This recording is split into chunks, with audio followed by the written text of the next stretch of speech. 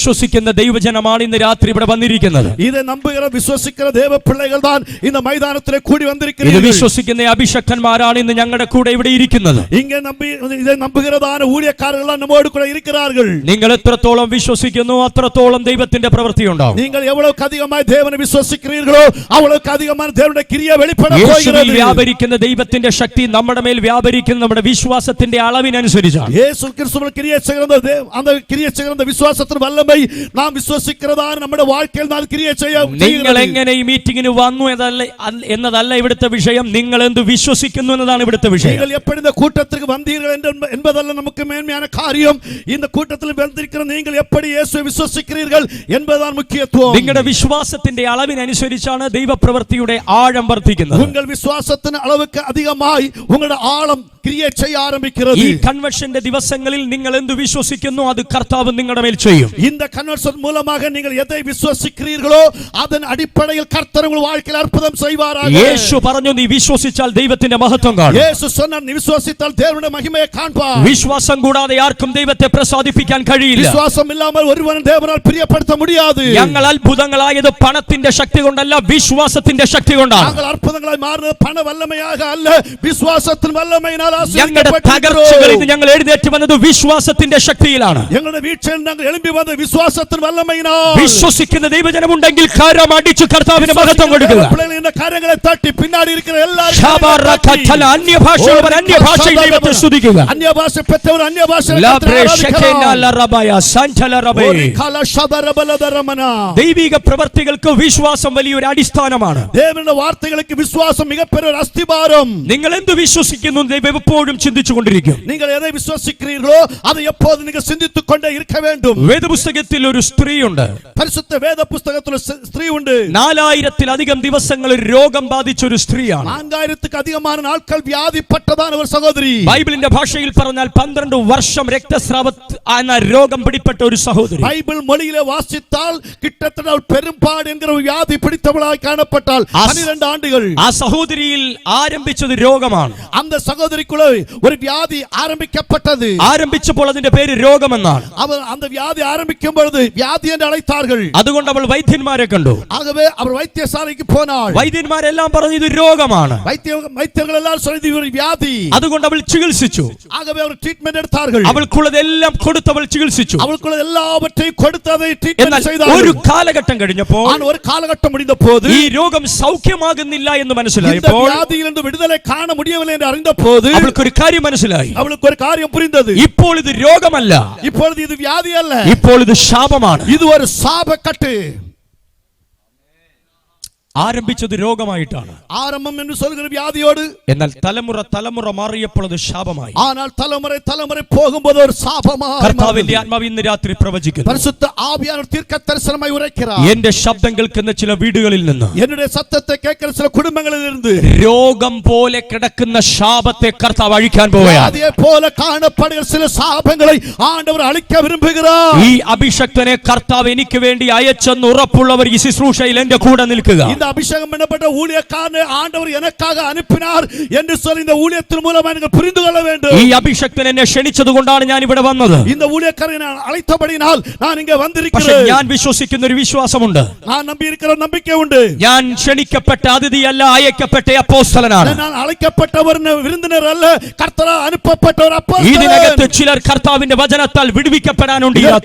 இந்த ராத்திரி வேளைയിൽ കർത്താവ് വാർത്തയുടെ മൂലമായി ചില നബറുകൾ വിടുതലയാക്കപ്പെട വേണ്ടിയവരായി ഇരിക്കുന്നു. കുടുംബങ്ങളുടെ മേൽ അസാധാരണ രൂപാന്തരങ്ങൾ സംഭവിക്കാനുണ്ട്. ചില കുടുംബത്തിന് മേൽ അസാധാരണമായ വല്ലമയ രൂപാന്തരങ്ങൾ വെളിപ്പെട പോകുന്നു. ചിലർക്ക് മടങ്ങി വരവുകൾ നടക്കാനുണ്ട്. തിരുമ്പി വര വേണ്ടിയ സൂചന നടക്കാൻ പോകുന്നു. ചിലർ ബന്ധങ്ങളിലേക്ക് തിരിച്ചു വരികയാണ്. ചിലർ കട്ടുകൾക്ക് തിരുമ്പി വര പോകുന്നു. ചിലർ ബന്ധങ്ങളിലേക്ക് തിരിച്ചു വരികയാണ്. ഉറവുകൾക്കുള്ള തിരുമ്പി വര പോകുന്നു. ദൈവിക ബന്ധം നഷ്ടപ്പെട്ടവർ ദൈവിക ബന്ധത്തിലേക്ക് മടങ്ങി വരുന്നു.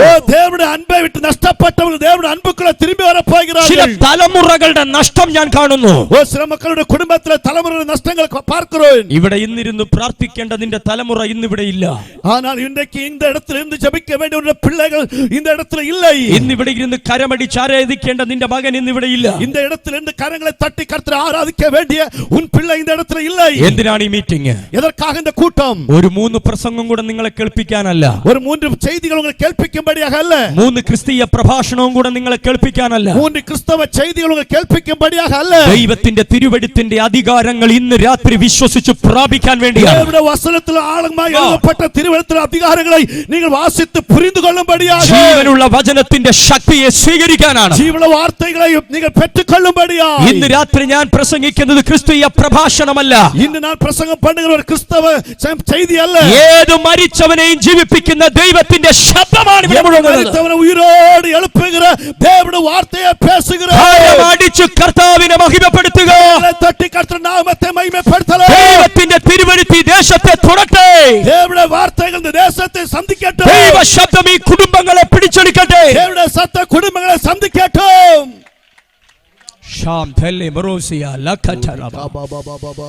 വിശ്വസിക്കുന്നവരാണ് ഇന്ന് രാത്രി അത്ഭുതങ്ങൾ പ്രാപിക്കുന്നത്. വിശ്വസിക്കുന്ന പിള്ളകൾ മൂലമായി നിങ്ങൾ இந்த അത്ഭുതത്തെ കാണ முடியும். ഈ സഹോദരിക്ക് മനസ്സിലായി ഇപ്പോൾ ഇത് രോഗമല്ല, ശാപമാണ്. இந்த സഹോദരിക്ക് ഒരു കാര്യം പുരിந்தது. ഇത് ഒരു വ്യാധിയല്ല, ഇത് ഒരു ശാപക്കട്ട്. സൗഖ്യമാകപ്പെടാത്ത ശാപം, സുഖമാക്കപ്പെട முடியாத அளவுக்கு ഒരു ശാപം, മരണം വരെ തുടരുന്ന ശാപം, മരണം വരയ്ക്ക് പിന്തുടരുന്ന ഒരു ശാപം, അല്ലെങ്കിൽ മരണം കൊണ്ടുവരുന്ന ശാപം, അല്ലാതെ മരണം കൊണ്ടുവരുന്ന ഒരു ശാപം. ഇങ്ങനെ വിശ്വസിച്ച ഒരു സഹോദരിയുടെ അടുക്കൽ ഒരിക്കൽ ഒരാൾ ഒരു സുവിശേഷവുമായി ചെന്നു. இப்படி நம்பிக்கையோடு காணப்பட்ட ஒரு சகோதரனுடைய நடுவிலே ஒரு தடவை ஒரு நபர் ஒரு சுவிசேஷமாய் கடந்து சென்றார். ആരോ ആ വീട്ടിൽ ചെന്നു.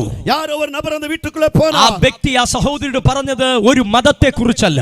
அந்த சகோதரியை பார்த்த நபர் சொன்னது ஒரு மதத்தை பற்றி சொல்லவில்லை. ശപിക്കപ്പെട്ട വീട്ടിൽ ആരോ ചെന്ന ആ സഹോദരിയോട് പറഞ്ഞത് ഒരു മതത്തെ കുറിച്ചല്ല. சாபம் பிடித்த அந்த வீட்டிலே போய் யாதோ ஒரு சகோதரி அந்த குடும்பத்துல காரியத்தை பற்றி சொல்லவில்லை.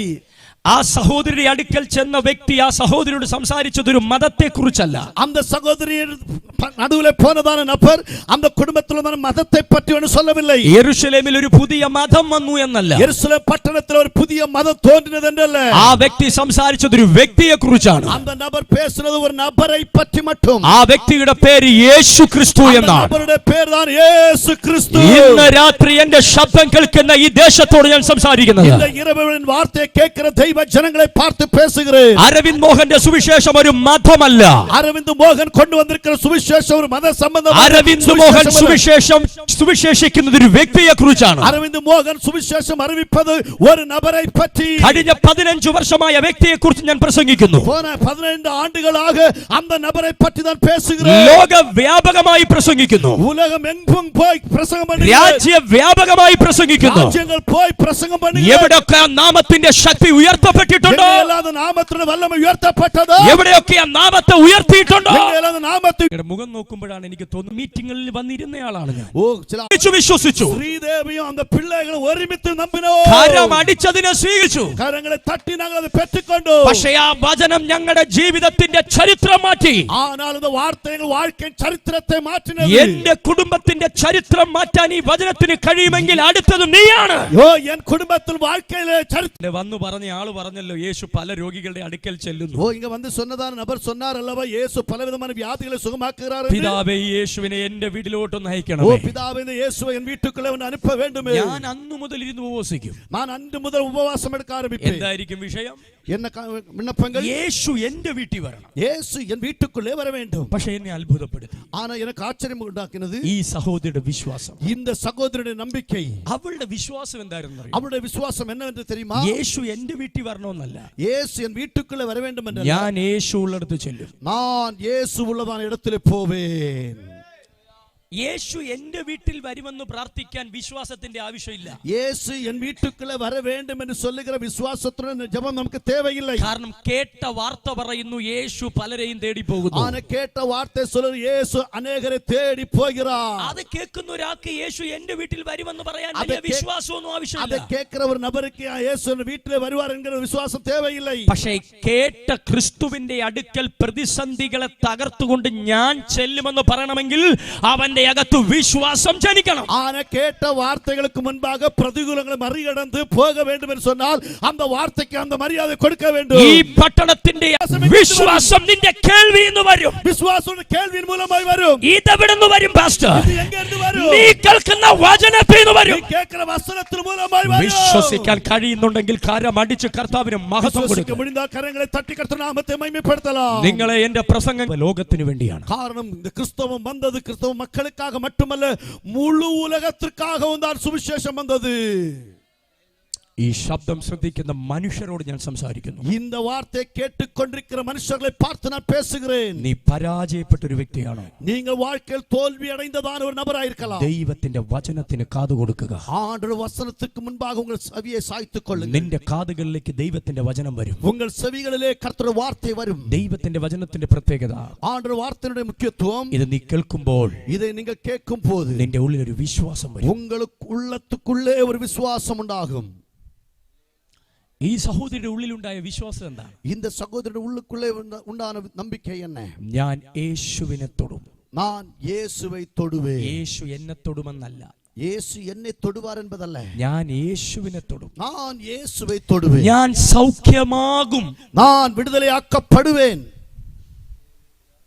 ഈ സഹോദരി വീട്ടിൽ നിന്ന് ഇറങ്ങുന്നത് இந்த சகோதரி வீட்டிலிருந்து வெளியே வருவது സൗഖ്യമാകണമേ എന്ന് പറഞ്ഞിട്ടല്ല, ஓ சுகம் கிடைக்க வேண்டும் என்று சொல்லி அல்ல, ഞാൻ സൗഖ്യമാകും. நான் சுகம் பெற்றுக்கொள்வேன். ഞാൻ അവനെ തൊടും. நான் அவரை தொடுவேன். എത്ര പേർ വിശ്വാസത്തോടെ മീറ്റിംഗിന് വന്നിട്ടുണ്ട്? எத்தனை பேர் நம்பிக்கையோடு விசுவாசத்தோடு இந்த கூட்டத்திற்கு வந்திருக்கிறீர்கள்? ഇരിക്കുന്നത് കാണുമ്പോഴറിയാം, நீங்கள் உட்கார்ந்திருக்கிறதை பார்க்கும் பொழுதே புரியும். സ്തോത്രം കേൾക്കുമ്പോഴറിയാം, உங்கள் வாயிலிருந்து வருகிற ஸ்தோத்திரம் கேட்கும் போதே தெரியும். ആരാധന കാണുമ്പോഴറിയാം, உங்கள் ஆராதனை பார்க்கும் பொழுதே தெரிகிறது. വിശ്വാസത്തിന്റെ അളവ് എത്ര വലുതാണ്, உங்கள் விசுவாசத்தில் எவ்வளவு அதிகமாக இருக்கிறது என்று.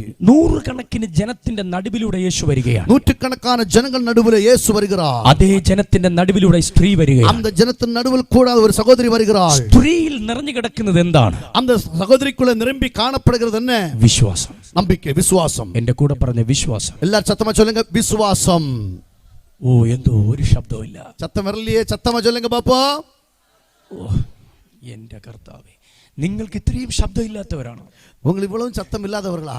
ഞങ്ങളൊക്കെ ആദ്യമായിട്ട് ചർച്ചിൽ പോയപ്പോൾ നാട്ടുകാർ പറഞ്ഞത് ശബ്ദം ഉണ്ടാക്കാൻ പോകുന്ന ഒന്നാണ്. ஓ, நாங்களெல்லாம் ஆரம்ப நாட்கள் சபைக்கு போகும்போது ஏதோ சத்தம் போடுவதற்காக போகிற கூட்டம் என்று. അല്ലാതെ ആരും എല്ലാവരും ഇതാ പറഞ്ഞേ, ഹല്ലേലൂയ വിളിക്കാൻ പോകുന്നു, തുള്ളാൻ പോകുന്നു, ചാടാൻ പോകുന്നു, ശബ്ദം ഉണ്ടാക്കാൻ പോകുന്നു. ഇവിടെ അങ്ങനൊന്നും അല്ല. ഞങ്ങൾ ട്രിവാൻഡ്രത്ത് അങ്ങനെയായിരുന്നു. நாங்கள் ட்ரிவாண்டத்திலே கூட்டங்களுக்கு போகும்பொழுது துள்ளுவதற்காக போகிறான், அல்லேலூயா கூப்பிட போகிறான், தான் சாடுவதற்காக போகிறான், பிரச்சனை ഉണ്ടാക്കാൻ போகிறான் என்று சொல்வார்கள். അവരെല്ലാരും വിചാരിച്ചു ഇത് ശബ്ദം ഉണ്ടാക്കുന്ന ആൾക്കാരുടെ സ്ഥലമെന്ന്. ஓ, அவர்கள் எல்லாரும் இப்படி நினைத்தார்கள், இதெல்லாம் சத்தம் போடுகிற ஜனங்கள் கூடி வருகிற இடம். പിന്നെ അവർക്ക് മനസ്സിലായി, ஆனா ஒரு காரியம் புரிந்தது. ഇത് ശബ്ദം ഉണ്ടാക്കി തകർന്നവരല്ല, അവർ ശബ്ദം ഉണ്ടാക്കി ഉയർന്നു. ஆனா இது சத்தம் போட்டு அழிந்து போகிறவர்கள் அல்ல, சத்தத்தின் நடுவில் உயர்த்தப்பட்ட கூட்டம் என்பதை அவர்கள் புரிந்து கொண்டார்கள். പെന്തക്കോസ്തിനകത്ത് ശബ്ദം ഉണ്ടെങ്കിൽ അതിന്റെ അർത്ഥം ഇത് ജയിച്ചവരുടെ കൂട്ടമാണ്. പെന്തക്കോസ്തുக்குள்ளே ஒரு சத்தம் இருந்தால் அதற்குள்ளே ஒரு வெற்றி பெற்ற கூட்டம் என்பது அர்த்தம். നിങ്ങളെ കണ്ടിട്ട് എനിക്ക് അങ്ങനെ തോന്നുന്നില്ല. ஆனா உங்களை பார்த்தால் எனக்கு அப்படி தெரியவில்லை.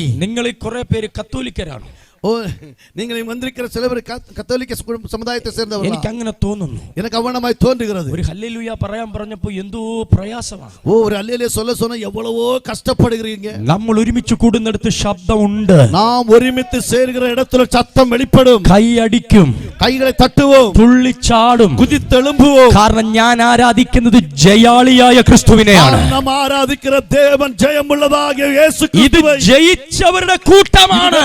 பெற்றவர்களுடைய கூட்டம். പരാജയങ്ങൾ നീങ്ങിപ്പോകട്ടെ, தோல்விகள் அழிந்து போகட்டும். Thank you Jesus. ആമേൻ.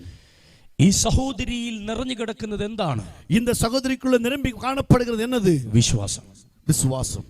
ഈ സമൂഹത്തിനിടയിൽ മരണം പോലും വകവയ്ക്കാതെ ഈ സഹോദരി മുൻപിലേക്ക് നടന്നതിന്റെ പ്രധാനപ്പെട്ട കാര്യം നിറഞ്ഞു കിടന്ന വിശ്വാസം. இந்த சமுதாயத்திற்குள்ளே மரணத்தை கூட துல்லியமாய் எண்ணாதபடி நடந்து செல்வதற்கு முக்கிய காரணம் என்ன என்று சொன்னால் அவளுக்குள்ள நிரம்பி இருந்ததான ஒரு விசுவாசம்.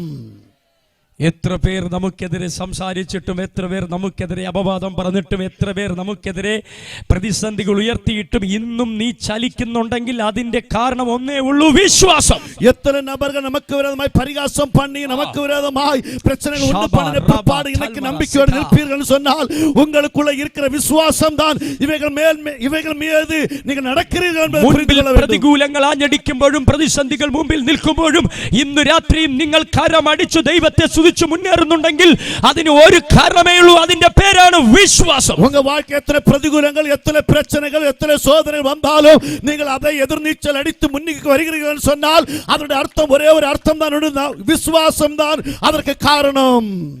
വിശ്വാസം നിറഞ്ഞവളായി ഒരു സഹോദരി ചലിക്കുകയാണ്. விசுவாசம் நிறைந்தவளாய் ஒரு சகோதரி அசைகிறாள். അതേ ജനക്കൂട്ടത്തിന്റെ നടുവിൽ, அந்த ஜனக்கூட்டத்தாரின் மத்தியிலே ശക്തി നിറഞ്ഞവനായി ഒരാൾ ചലിക്കുകയാണ്. வல்லமை பெற்றவராய் ஒருவர் அசைவாடுகிறார்.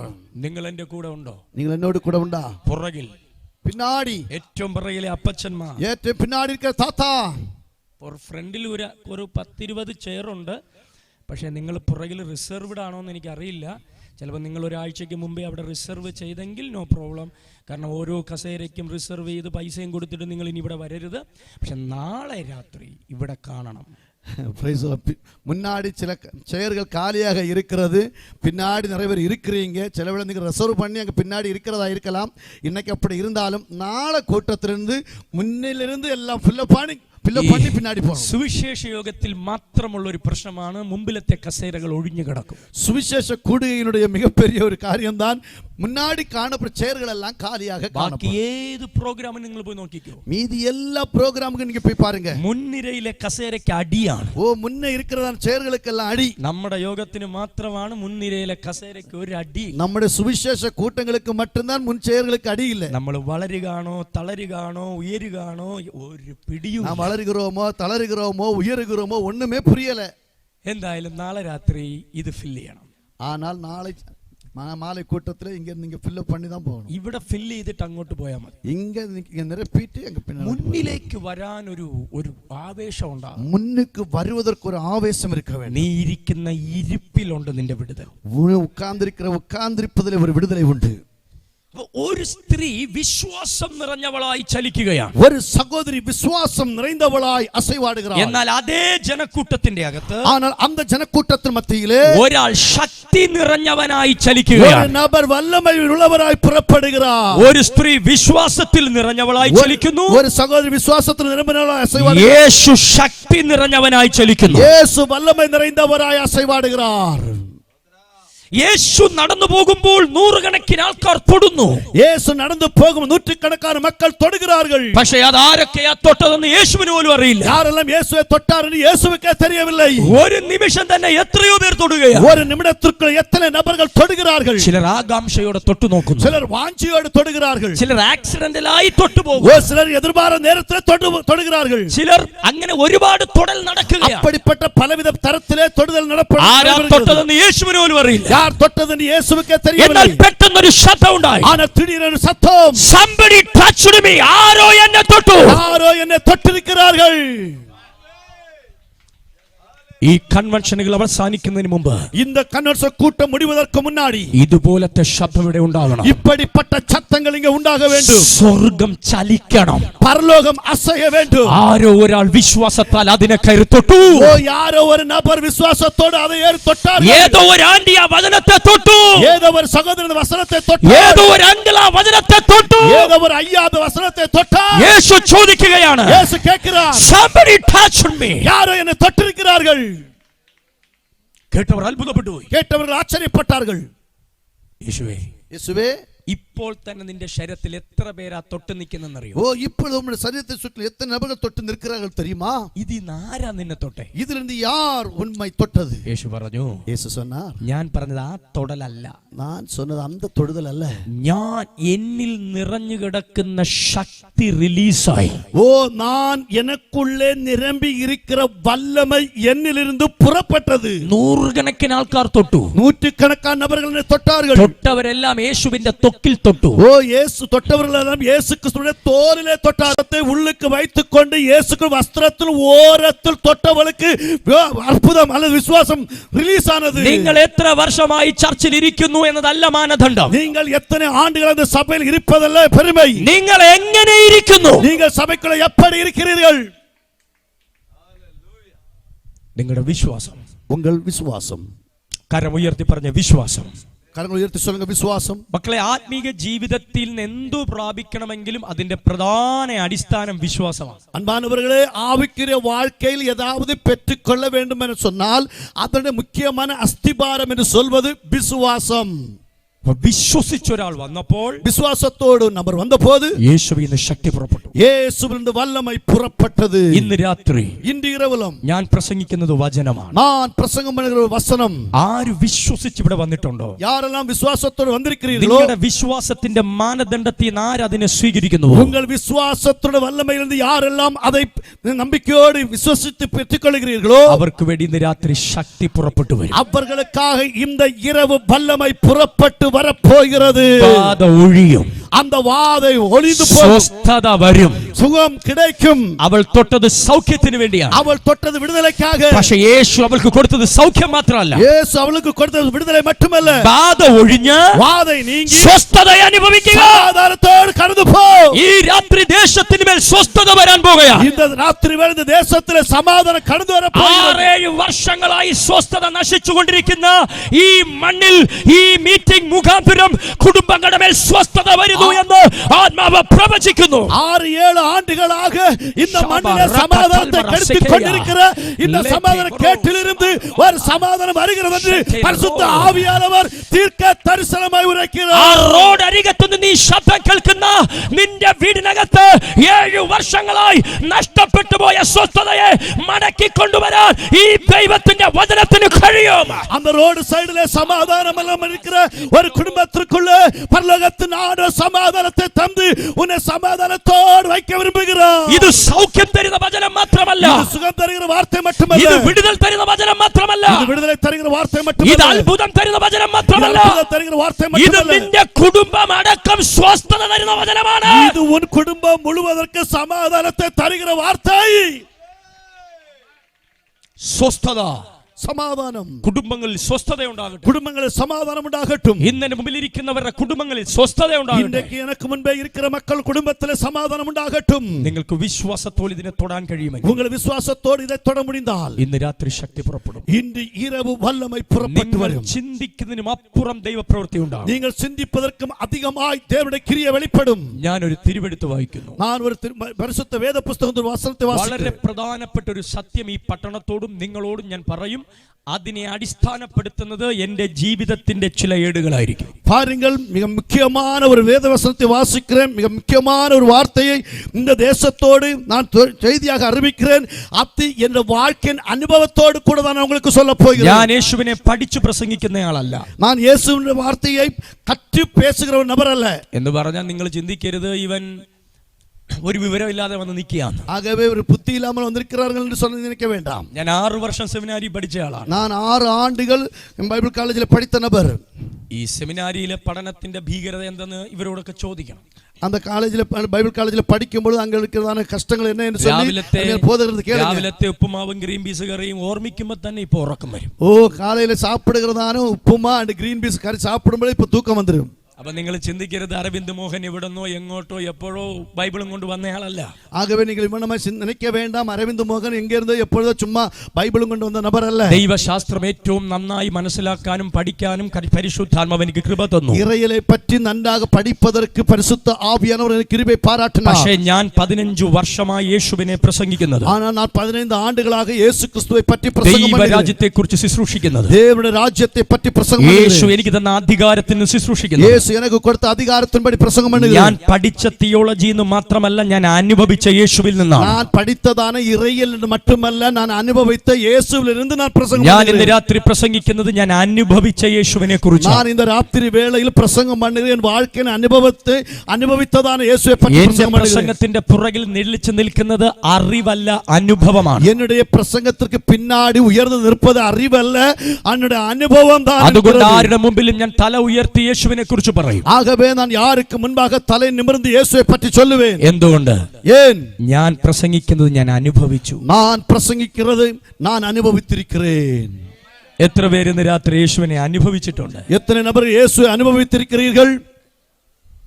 നമ്മൾ അറിഞ്ഞവർ മാത്രമല്ല, நாம் அறிந்தவர்களாக மட்டுமல்ல, അറിഞ്ഞതിനെ അനുഭവിച്ചവർ. அறிந்ததை பற்றி அனுபவித்தவர்களாக இருக்க வேண்டும்.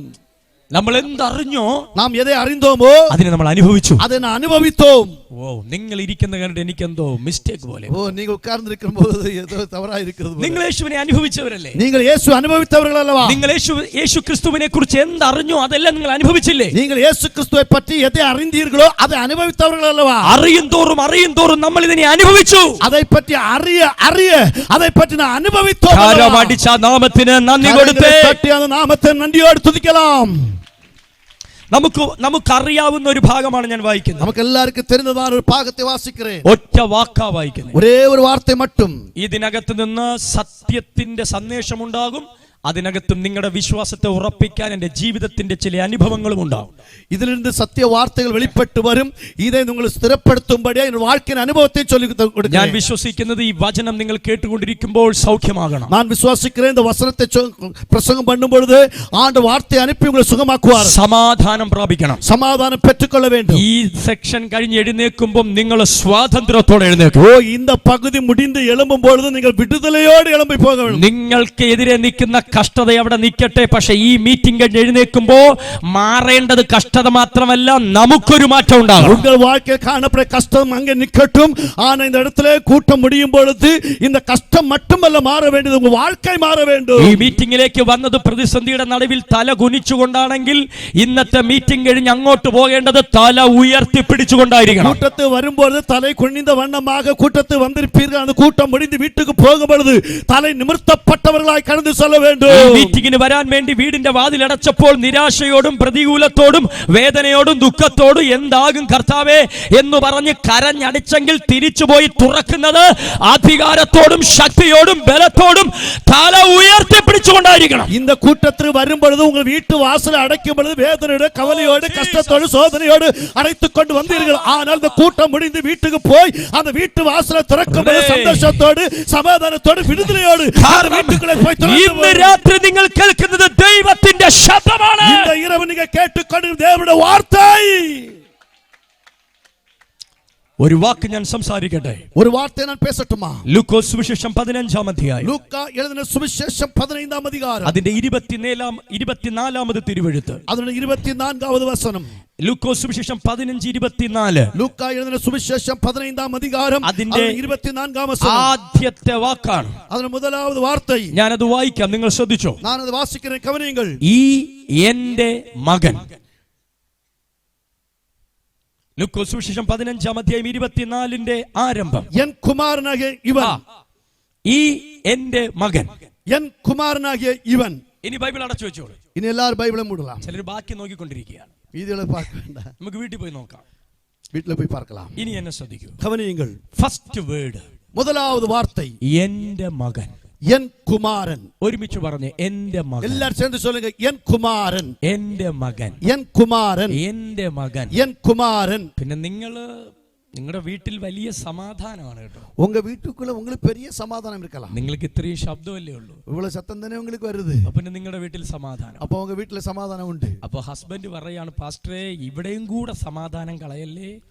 പുരുഷൻ சொல்லுங்க, போதகரே என்னோட சமாதானத்தை இங்க கூட்டத்துல கூட களையக்கூடாது. വീട്ടിൽ ഇവരുടെ ശബ്ദം അടയ്ക്കാൻ ഞാൻ എന്തോ പെടാപ്പാട് വിടുന്നെന്ന്. வீட்டுல இவளுடைய வாயை மூடுவதற்கு நாம் படுகிற பிரயாசம் உங்களுக்கு தெரியுமா? ആകെ മിണ്ടാതിരിക്കുന്നത് ഇതുപോലെ പ്രാർത്ഥനയ്ക്ക് വരുമ്പോഴാണ്. அங்க வாயை மூடிட்டு இருக்கிறது இப்படிப்பட்ட கூட்டத்துக்கு வரும்போது மட்டும்தான் வீட்டம்மாக்கு வாயை மூடிட்டு இருப்பாங்க. ശബ്ദം ഉയർത്തി പറഞ്ഞ ഈ എന്റെ മകൻ. சத்தமாய் சொல்லுங்க, இவன் என்னுடைய குமாரன். ഈ എന്റെ മകൻ. இது என்னுடைய குமாரன். വളരെ ശക്തമായ ഒരു ഒരു ദൈവവചനം, ഒരു ഭാഗമാണ് നിങ്ങൾ വായിച്ചിരിക്കുന്നത്. மிக வல்லமையான ஒரு வேத பாகத்தை தான் வாசித்தோம். ഇതിപ്പോ ഞാൻ വിശദീകരിക്കേണ്ട കാര്യങ്ങളില്ല. இதை நான் உங்களுக்கு வியாக்கியானம் பண்ண வேண்டிய காரியமில்லை. സുവിശേഷ യോഗങ്ങളിലെ ഏറ്റവും പ്രസക്തമായ ആയിരക്കണക്കിന് ലക്ഷക്കണക്കിന് ജനത്തിന് രൂപാന്തരം കൊണ്ടുവരാൻ ഉപയോഗിക്കപ്പെട്ട അനുഗ്രഹിക്കപ്പെട്ട തിരുവെഴുത്തിന്റെ ഭാഷയാണിത്. இப்படிப்பட்ட சுவிசேஷ கூடுகையிலே ஆயிரக்கணக்கான லட்சக்கணக்கான மக்களுக்கு மறு உயிர்ப்பிதங்களை கொடுக்கும்படியாய் கொண்டு வந்ததான வேத புஸ்தகத்துள்ளதான நல்ல ஒரு அருமையான ஒரு வேத பகுதி தான் நாம் வாசித்து கேட்ட வேத பகுதி. ലൂക്കോസ് സുവിശേഷം 15-ാം അധ്യായം നമുക്ക് ഒരിക്കലും മറക്കാൻ കഴിയില്ല. ലൂക്കാ എഴുതിയ സുവിശേഷം 15-ാം അധികാരം നമുക്ക് ഒരുപോതും മറக்க முடியாது. യേശു പറഞ്ഞ ഉപമയാണത്. യേശു சொன்னதான ஒரு உவமை. യേശു ജനത്തോട് അല്ലെങ്കിൽ ആമേൻ യേശുവിനെതിരെ പ്രതികരിച്ചവരോട് യേശു സംസാരിച്ചത് ഉപമയിലൂടെയാണ്. യേശു കൂടി വന്നതാണ് ജനങ്ങളെ പാർത്ത് യേശു പേசின വാർத்தை ഉപമകളെ കൊണ്ട് പേசினார். ഇതിനകത്ത് നമുക്ക് 3 ഭാഗങ്ങളുണ്ട്. இதற்குள்ள 3 பகுதிகள் உண்டு. ഒന്നൊരിടയനും ആടും, ഒരു முதலாவது பகுதி மேய்ப்பனுം ആടുകളും, സ്ത്രീയും ദ്രഹ്മയും, ഒരു സഹോദരിയും ഒരു പണമും, അപ്പനും മകനും, ഒരു തകപ്പനും കുമാരനും. അവരിയ്ക്കുന്ന നോക്കിക്ക് ആദ്യമായിട്ട് കേട്ടതുപോലെ. നിങ്ങൾ முதலாவதா இந்த வார்த்தையை கேட்டது போல உட்கார்ந்துட்டு இருக்கீங்க.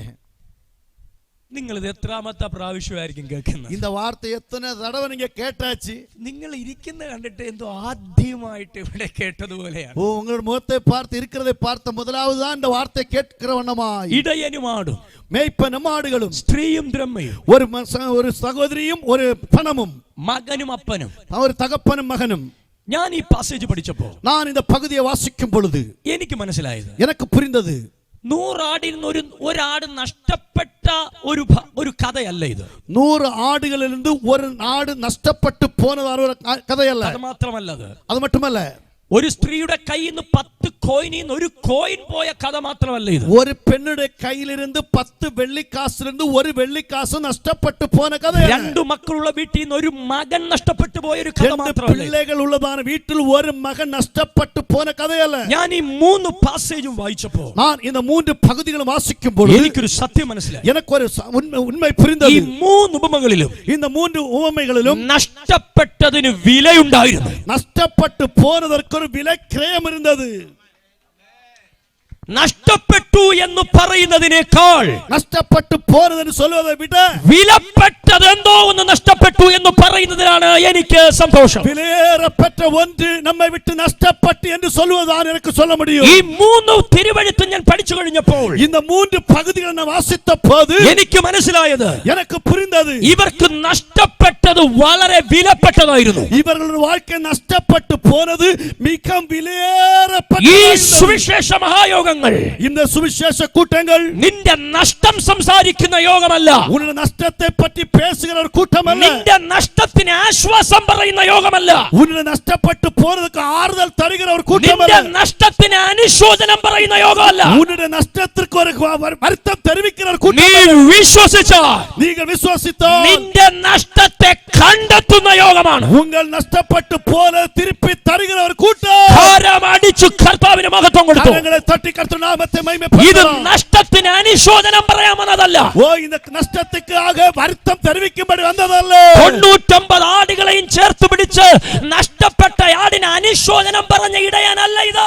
നഷ്ടപ്പെട്ടത് 99 ആടുകളെ കൂട്ടി ചേർത്ത് വിട്ട് നഷ്ടപ്പെട്ടു പോയதை பார்த்து வருத்தம் தெரிவிக்கிற ஒரு கூட்டமல்ல. 9 കോയിനും കയ്യിൽ പിടിച്ച് നഷ്ടപ്പെട്ടു പോയ കോയിന് അനുശോചനം പറഞ്ഞ സ്ത്രീയുടെ കഥയല്ല ഇത്. 9 വെള്ളിക്കാശ് കയ്യിലെ இருக்கிறது, നഷ്ടപ്പെട്ടു പോന്നതാണ്. அந்த ഒരു വെള്ളിക്കാശുக்காக வருத்தம் தெரிவித்தതാണ് அந்த സഹോദരന്റെ കൂട്ടമല്ല ഇത്. വീട്ടിലുണ്ടായിരുന്ന മൂത്ത മകനെ ചേർത്ത് പിടിച്ച് നഷ്ടപ്പെട്ട മകൻ അനുശോചനം പറഞ്ഞ അപ്പന്റെ കഥയല്ല ഇത്. വീട്ടിലിരുന്നതാണ് മൂത്ത മകനെ തന്നോട് മാർബോട് അണൈത്തുകൊണ്ട് നഷ്ടപ്പെട്ടു പോന പിള്ളയെ പറ്റി വരുത്തം தெரிவிக்கிற ഒരു കൂട്ടമല്ല ഇത്. ഈ 3 പാസേജ് ഞാൻ പഠിച്ചപ്പോൾ, இந்த 3 പകുതികളെ ഞാൻ ഇതിൽ കണ്ടത്, ഞാൻ ഇതിൽ பார்த்தது, നഷ്ടപ്പെട്ടതിനെ എങ്ങനെയും തിരിച്ചു പിടിക്കാൻ, നഷ്ടപ്പെട്ടു പോയത് എപ്പോഴാவது തിരിപ്പി കിടക്കുമ്പടി, നഷ്ടപ്പെട്ടതിനെ കണ്ടെത്താൻ, നഷ്ടപ്പെട്ടു പോയത് തേടി കണ്ടുപിടിക്കുമ്പടി, കണ്ടെത്തുന്നതുവരെ അന്വേഷിക്കുന്ന, കണ്ടുപിടിക്കും വരെയിലും തേടുകിற, നഷ്ടപ്പെട്ടതിനെ മടക്കി കൊണ്ടുവന്ന് സന്തോഷിക്കുന്ന, നഷ്ടപ്പെട്ടു പോയത് തിരുമ്പി കൊണ്ടുവന്ന് സന്തോഷപ്പെടുത്തുകിற ഒരു രക്ഷയുടെ സത്യമാണ്. ഒരു രക്ഷിപ്പിൻ സുവിശേഷം ഇന്ന് രാത്രി പ്രവചിക്കട്ടെ. ഇന്ന് ഇരവിൽ തീർക്കദർശനമായി ഉரைக்கிறேன். നീ നഷ്ടങ്ങളിൽ ജീവിക്കേണ്ടവനല്ല. നിങ്ങൾ നഷ്ടത്തിൽ വാഴ വേണ്ടിയ പിള്ളയല്ല. നീ നഷ്ടങ്ങൾ പറഞ്ഞു ജീവിതം അവസാനിപ്പിക്കേണ്ടവനല്ല. നിന്റെ ഭവനത്തിൽ നീ പറഞ്ഞു തുടങ്ങേണ്ടത് നഷ്ടങ്ങളുടെ കഥയല്ല. കുടുംബത്തിലെ നീ ചൊല്ലി ആരംഭിച്ചത് നഷ്ടങ്ങളെ പറ്റി. 2026 നീ നേട്ടങ്ങളെ കുറിച്ച് പറഞ്ഞു തുടങ്ങട്ടെ. ലാഭങ്ങളെ പറ്റി சொல்ல ആരംഭിக்க வேண்டும். നീ നേട്ടങ്ങളെ കുറിച്ച് പറഞ്ഞു തുടങ്ങട്ടെ. ലാഭത്തെ പറ്റി சொல்ல ആരംഭി. നഷ്ടപ്പെട്ടു പോയ മകൻ മടങ്ങി വന്ന കഥ പറഞ്ഞു തുടങ്ങട്ടെ. നഷ്ടപ്പെട്ടു പോയ മകൻ തിരിഞ്ഞു വന്ന കഥയെ சொல்லு. നഷ്ടപ്പെട്ടു പോയ സമ്പത്ത് മടങ്ങി വന്ന കഥ പറഞ്ഞു തുടങ്ങട്ടെ. നഷ്ടപ്പെട്ടു പോയതാണ് ഐശ്വര്യങ്ങൾ തിരിഞ്ഞു വന്നതിനെ പറ്റി കഥകൾ சொல்லுங்க. നഷ്ടപ്പെട്ട ആരോഗ്യം തിരിച്ചു വന്ന അത്ഭുത സാക്ഷ്യം പറഞ്ഞു തുടങ്ങട്ടെ. നഷ്ടപ്പെട്ടു പോയ ആരോഗ്യം തിരിപ്പി கிடைத்த അത്ഭുത സാക്ഷികൾ എഴുമ്പട്ടുമേ. നഷ്ടപ്പെട്ട കുടുംബ ജീവിതം പുനഃസ്ഥാപിക്കപ്പെട്ട കാര്യം പറയട്ടെ. നഷ്ടപ്പെട്ട കുടുംബ வாழ்க்கையில் മറുപടി ഉയർപ്പിക്കപ്പെട്ട കാര്യത്തെ പറ്റി சொல்லு. എത്ര പേർ ഇന്ന് രാത്രി എന്റെ കൂടെ വിശ്വസിക്കുന്നു? എത്ര പേർ എന്നോട് കൂടെ നമ്പിക്കുന്നു? 2026 ഞാൻ പറയാൻ പോകുന്നത് നഷ്ടങ്ങളുടെ കഥയല്ല. 2026 ആണ്ടിൽ ഞാൻ சொல்ல പോകുന്ന വാർത്ത നഷ്ടങ്ങളുടെ വാർത്തകളല്ല, പുനഃസ്ഥാപനത്തിന്റെ കഥയാണ്. മറുരൂപമാക്കപ്പെട്ട കഥകൾ, തിരിച്ചുവരവിന്റെ കഥയാണ്, തിരുമ്പി വരുന്ന അനുഭവം, പുനഃസ്ഥാപനത്തിന്റെ കഥയാണ്, ഉയർപ്പിക്കപ്പെട്ട അനുഭവങ്ങൾ. ഇത് ഈ വർഷം ഞാൻ പറയുമെന്ന് എന്റെ കൂടെ ഉറപ്പുള്ളവരുണ്ടെങ്കിൽ കാരമടിച്ചു പറഞ്ഞു. എന്റെ വീട്ടിലെ നഷ്ടത്തിന്റെ കഥയിൽ നിന്ന് പുനഃസ്ഥാപനത്തിന്റെ കഥയിലേക്ക് മാറാൻ പോവുകയാണ്. இப்படிப்பட்டதான நம்பிக்கை உள்ளதான பிள்ளைகள் கரங்களை தொட்டி சொல்லுங்கள், என் குடும்பத்திலே நஷ்டத்தின் கதை அல்ல, என்னுடைய குடும்பத்திலே உயிர்ப்பிக்கப்பட்ட அனுபவத்தை நான் பேசுவேன் என்று சொல்லுங்க. ഈ മീറ്റിംഗ് അങ്ങനെയുള്ള അത്ഭുതങ്ങളെ കൊണ്ടുവരുന്നു. இந்த கூட்டம் அப்படிப்பட்ட அற்புதங்களை கொண்டு வருவதாக. നിന്റെ ഭർത്താവിന്റെ നഷ്ടമല്ല നിന്റെ വിഷയം. உன்னுடைய புருஷனுடைய வாழ்க்கை தோல்வி அல்ல உன்னுடைய காரியம். തലമുറകളുടെ നഷ്ടമല്ല നിന്റെ വിഷയം. തലമുറയുടെ തോൽവി അല്ല ഉன்னுடைய വിണ്ണപ്പം. ഒരു കാലത്ത് നീ നഷ്ടം പറഞ്ഞവനാണെങ്കിൽ ഒരു കാലഘട്ടത്തിൽ ഒരു തോൽവിയെ പറ്റി അടുത്ത കാലഘട്ടത്തിൽ നീ നേട്ടം പറയും. അടുത്ത കാലഘട്ടത്തിൽ ഒരു വെற்றியை പറ്റി சொல்லுவாய். നിങ്ങൾ വിശ്വസിക്കുന്നുണ്ടോ? നിങ്ങൾ നമ്പുகிறீர்களா? ഞാൻ ഈ ഭാഗം ആവർത്തിച്ച് പഠിച്ചു. நான் இந்த பகுதியை மறுபடி வாசித்தேன். ഇതിന്റെ എല്ലാ മേഖലയിൽ നിന്നും ഞാൻ പഠിച്ചു. ഇത് എല്ലാ പകുതികളും ആരാய்ந்து പഠിத்தேன். അപ്പോൾ എനിക്കൊരു കാര്യം മനസ്സിലായി. எனக்கு ஒரு காரியம் புரிந்தது. ഇതൊരു സാധാരണ നഷ്ടത്തിന്റെ കാര്യമല്ല. இது ஒரு சாதாரணமான ஒரு தோல்விയുടെ കാര്യമല്ല. നഷ്ടപ്പെട്ടതിനെല്ലാം വിലയുണ്ടായിരുന്നു. നഷ്ടപ്പെട്ടു പോനവയ്കൾക്കെല്ലാം ഒരു വില ഇരുந்தது. കർത്താവിന്റെ ആത്മാവ് ഇങ്ങനെ എന്നോട് പറയാൻ പറയുന്നു. പരിശുദ്ധ ആവിയാനവർ ഇവണ്ണമായി சொல்லுகிறார். വിലയേറി ഇത് നഷ്ടപ്പെട്ടു പോയ ചിലർക്ക് വേണ്ടി കർത്താവിന്റെ വലിയൊരു പ്രവൃത്തി വരികയാണ്. வாழ்க்கையில் விலையேறப்பட்டது നഷ്ടപ്പെട്ടു പോനവർക്കാக കർത്തരുടെ ക്രിയ വെളിപ്പെട ആരംഭിക്കുന്നത് എന്ന് പരിശുദ്ധ ആവിയാനവർ சொல்லுகிறார். നീ നഷ്ടങ്ങളുടെ പുറകിൽ നടക്കുകയാണ്. നിങ്ങൾ തോൽവിயின் പിന്നാടി നടന്നു പോകുന്നു. നീ പരാജയത്തിന്റെ കഥ പറഞ്ഞ് നടക്കുകയാണ്. നീ തോൽവിയുടെ കഥകളെ ചൊല്ലി നടക്കുകയാണ്. പക്ഷേ സുവിശേഷം, ஆனால் സുവിശേഷം നഷ്ടപ്പെട്ടതിന്റെ കഥയല്ല. നഷ്ടപ്പെട്ടു പോനതിന്റെ കഥയല്ല. നഷ്ടപ്പെട്ടതിനെ തേടി കണ്ടുപിടിച്ച് തിരിച്ചു കൊണ്ടുവന്ന് പുനഃസ്ഥാപിപ്പിച്ച കഥയാണ്. നഷ്ടപ്പെട്ടു പോനതെ തേടി കണ്ടുപിടിച്ച് മറുപടി ഉയർപ്പിക്കപ്പെട്ട ഒരു കഥ ഞങ്ങളുടെ സുവിശേഷം. ഞങ്ങളുടെ സുവിശേഷം നഷ്ടപ്പെട്ടതിന്റെ കഥയല്ല. നഷ്ടപ്പെട്ടു പോനതിന്റെ കഥയല്ല. എന്തു വില കൊടുത്തും നഷ്ടപ്പെട്ടതിനെ മടക്കി കൊണ്ടുവന്നതിന്റെ കഥയാണ്. എന്ത് വില കൊടുത്താൽ നഷ്ടപ്പെട്ടു പോനെ തിരുമ്പി കൊണ്ടുവന്നതാണ് കഥ. അങ്ങനെയാണെങ്കിൽ ഇന്ന് രാത്രി ഈ യോഗത്തിൽ ഞാൻ വിശ്വസിക്കുന്നു, ഞാൻ എന്റെ നഷ്ടത്തിൽ നിന്ന് പുറത്തു വരാൻ പോവുകയാണ്. அப்படி என்று சொன்னால் இந்த ராத்திரி கூட்டத்தில் நான் இப்படியாக விசுவாசிக்கிறேன், നഷ്ടപ്പെട്ടു പോனதை நான் வெளியே கொண்டு வருவேன். എന്നും ഞാൻ എന്റെ തകർച്ചയിൽ ജീവിക്കുകയില്ല. என்றைக்கும் நான் என்னுடைய தோல்வியில் வாழ மாட்டேன். എന്നും ഞാൻ എന്റെ പരാജയത്തിൽ ജീവിക്കുകയില്ല.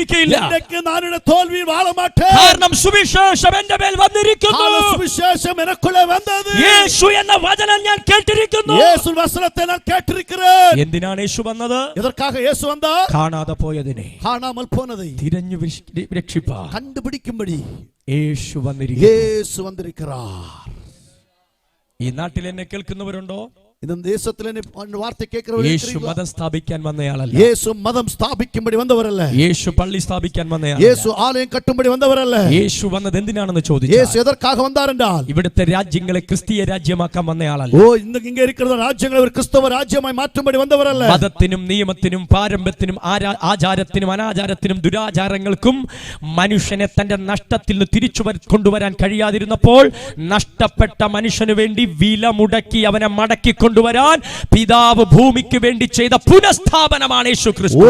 ദേശത്തിൽ കാണപ്പെടുகிறதான എല്ലാ നഷ്ടങ്ങൾക്കും വന്നു പോനதான എല്ലാ തിന്മകൾക്കും എല്ലാ ആചാരങ്ങൾക്കും ഒരു മറു ഉയിർ കൊടുക്കുம்படியாக യേശു കൊണ്ടുവந்தார். ഈ മീറ്റിംഗ്, ഈ ശുശ്രൂഷ നിങ്ങൾ കേട്ടുകൊണ്ടിരിക്കുമ്പോൾ, இந்த கூடுகையிலே இந்த ஆராதனை நீங்கள் கேட்டுக்கொண்டிருக்கும் பொழுது 100 ആടിൽ നഷ്ടപ്പെട്ട ആടിനെ ഇടയൻ കണ്ടതുപോലെ, 100 ആടുകളിൽ നഷ്ടപ്പെട്ടു പോനதை அந்த மேய்ப்பன் தேடி கண்டுபிடித்தது போல, ആ ദ്രഹ്മ വിളക്ക് കൊളുത്തി തെളിയിച്ച് അന്വേഷിച്ച സ്ത്രീയുടെ കണ്ണിൽ പെട്ടതുപോലെ அந்த நஷ்டப்பட்டு போனதான அந்த அந்த அந்த வெள்ளி நாணயத்தை அந்த விளக்கு கொளுத்தி தேடி கண்டுபிடித்தது போல നഷ്ടപ്പെട്ട ആട് ഇടയന്റെ കണ്ണിൽ പെട്ടതുപോലെ நஷ்டப்பட்டு போனதான ஆடு மேய்ப்பனுடைய கண்ணில் தென்பட்டது போல നഷ്ടപ്പെട്ട ദ്രഹ്മ സ്ത്രീയുടെ കണ്ണിൽ പെട്ടതുപോലെ நஷ்டப்பட்டு போனதான அந்த வெள்ளிக்காசு அந்த சகோதரனுடைய கண்ணில் தென்பட்டது போல നഷ്ടപ്പെട്ട മകൻ മടങ്ങി അപ്പന്റെ കണ്ണിൽ മുമ്പിൽ വന്നതുപോലെ நஷ்டப்பட்டு போனவன் திரும்பி வந்து தகப்பனுடைய கண்ணில் தென்பட்டது ഈ போல യോഗം നടന്നുകൊണ്ടിരിക്കുമ്പോൾ கூட்டம் நடந்து கொண்டிருக்கும் பொழுது ഇതുപോലെ നമ്മുടെ ജീവിതത്തിൽ സംഭവിക്കുകയാണ്.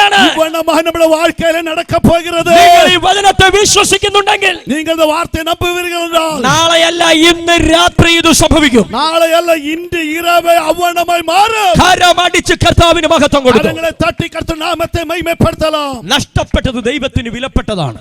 നഷ്ടപ്പെട്ടു പോയത് ആണ്ടുടെ പാർവയിലെ വിലയേറപ്പെട്ടത്. മനുഷ്യൻ ദൈവത്തിന് വിലപ്പെട്ടവനാണ്. മനുഷ്യர்களെ നിങ്ങൾ ദേവനുക്ക് വിലയേറപ്പെട്ടവர்கள். മനുഷ്യൻ ഇത്രയധികം വിലയുണ്ടെന്ന് എനിക്ക് മനസ്സിലായത് ബൈബിൾ വായിച്ചപ്പോഴാണ്. മനുഷ്യனுக்கு ഇவ்வளவு அதிகமான വിലയേറപ്പെട്ടവൻ എന്ന് சொல்வது ബൈബിൾ വാസിച്ചപ്പോൾ എനിക്ക് മനുഷ്യൻ ഇത്രമാത്രം വിലയുണ്ടോ എന്ന് എനിക്ക് മനസ്സിലായത് ബൈബിൾ വായിച്ചപ്പോഴാണ്. മനുഷ്യனுக்கு ഇவ்வளவு அதிகமான விலை உண்டு என்று சொல்லி ബൈബിൾ വാസിച്ചപ്പോൾ എനിക്ക് പുരിந்தது. കാരണം മനുഷ്യനെ വീണ്ടെടുക്കാൻ പിതാവ് തന്റെ പുത്രനെ മറുവിലയായി വച്ചപ്പോഴാണ് എനിക്ക് ഇത്രയും വലിയ വിലയുണ്ടെന്ന് എനിക്ക് മനസ്സിലായി. കാരണം என்னவென்று சொன்னால் பிதாவாகிய தேவன் குமாரனாகிய இயேசுவை மனுஷனுக்காக இவ்வளவு விலைக்கிரயமாய் கொடுத்தது மனுஷன் மீதுள்ளதான விலை இவ்வளவு அதிகமாக இருக்கிறது என்று புரிந்ததனால் രക്ഷിക്കപ്പെട്ട നമ്മൾ പറഞ്ഞുകൊണ്ട് നടക്കുന്നത് എനിക്ക് വിലയില്ല, എനിക്ക് മാന്യതയില്ല, നാട്ടുകാർ തരുന്നില്ല, വീട്ടുകാർ തരുന്നില്ല, കുടുംബക്കാർ തരുന്നില്ല, ഞാൻ അങ്ങനെ ഞാൻ ഇങ്ങനെ, എനിക്കൊരു വിലയില്ല. പക്ഷെ രക്ഷിക്കപ്പെട്ടവൻ ആദ്യം പറയേണ്ടത് എന്നെ പോലെ വിലപ്പെട്ടവൻ ഭൂമിയിൽ വേറെ ആരുമില്ല. രക്ഷിക്കപ്പെട്ടതാണ് ഞാൻ നിങ്ങൾ ചൊല്ലിക്കൊണ്ടിരിக்கிறோம். எனக்கு வீட்டுக்குள்ளே